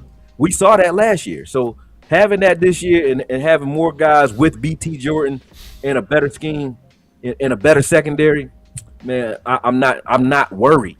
I'm not worried, and I ain't got no hope. It's faith because they did the work. This is the best team they done put together in the last 10 years I've been doing this shit. That's hands down. And we can go year for year, all the way back to the 90s if you want. And I don't think we ever put together a team in the offseason that was this good, unless you're going back to like the Herschel Walker trade. The 12 and 5 years? The 12 and 5 years was unless better, you bro. Better than 12 no. Yes. The 12 and 5 years is better, Akoye. The 12 and 5 years is better than what? With Dan Quinn you talking about? Yes. Nope. The only hole we had was the one tick. That's it. We had way better corners. Safety wasn't as good. Linebacker was okay. Edge was way better. We was loaded at edge. We were 10 times way better. I said a better team top down at every level. I didn't say at one position. I'm talking about defense.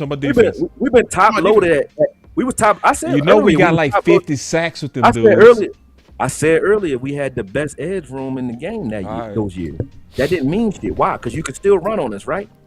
Yeah, so and see that's why I said the only hole we had was one tick. And even when we stopped and linebacker, people don't give Dak enough credit, but the offense was part of the reason those defenses was good anyway. It was like the Dick Vermeil Rams defense. They was getting turnovers and they was getting a lot of sacks, but they couldn't really flat out stop shit. If he was playing close games, that's when we got in trouble. But when Dak was making you pace, he was like Peyton Manning with the Colts. When Dak would make you pace them or keep pace with him, you then make the quarterbacks on the opposite side of the ball was trying to push the ball downfield, which helped our pass rush. But when teams slowed it down on us and played the Spurs half court type offense on us, we got our asses whooped with those defenses. So no, that was not better because you can't do that shit now. Yeah, I said the one tech and the linebacker is what we needed. Fast break and half court. But if you would have gave Micah Parsons a one tech, and if we would have got Bobby Wagner, which Dan Quinn wanted, that defense. If it was a fifth, we all be drunk and happy. I'm just saying. We talking scheme. I don't think. And we talking players. This defense can play. I don't think this defense can do.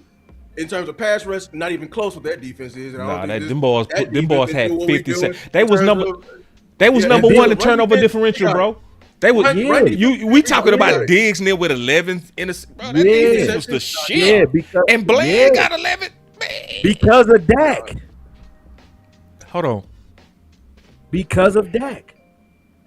Bland got 11 interceptions and whenever we went up, when our offense went up, we knew when we went up by 14 points, it was pin your ears back and they gonna whoop your ass. If they got us an interception and we went up by 14 points, we was whooping your ass like we did to the Rams with Matt Stafford and all that. Diggs got 11 interceptions because of Dak?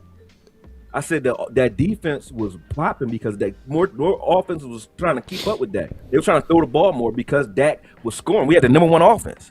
You had to keep up with that. They did they did the same thing when Peyton Manning was here. Like when Peyton Manning was playing for the Colts, you had to pace with him because Peyton Manning was scoring you just like that. So teams played them different. Their offenses played different. They played out of character, trying to keep up with what we was doing offensively, and that gave us opportunities for more turnovers and more sacks. I think the 12-5.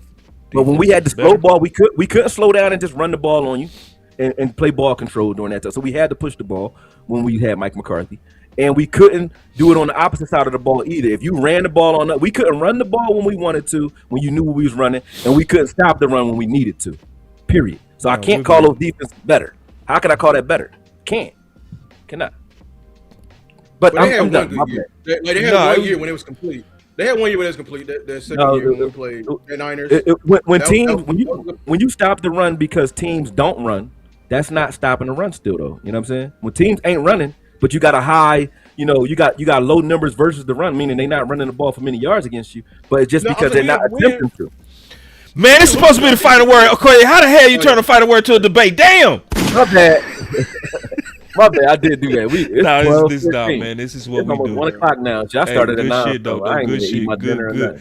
Good. I cooked and all that. I ain't even go back upstairs to eat that shit. I want to say this, bro. I love fucking with you, bro, and everybody else in this space, because whenever we box, it's never for TV, bro. Never. Like, these are things we really trying to work out. We have a slight disagreement, and that's fine. Let's go work itself out in the year, man. Great ass show. We gonna have to somewhere you set up show debate for. Yeah, it's gonna be hard because like tomorrow is it's June 1st. Yeah, it's June 1st, but still, I still want to get down to the truth. And I do want to get down to the truth of all the film that my brother did, and I respect him, and I respect his research. And sometimes I see shit different, then I come around and look at his evidence, and I see it like him. But it's based on film. It's your boy Boss Show Me with the greats, Lou and Akoye. Shit, you already know.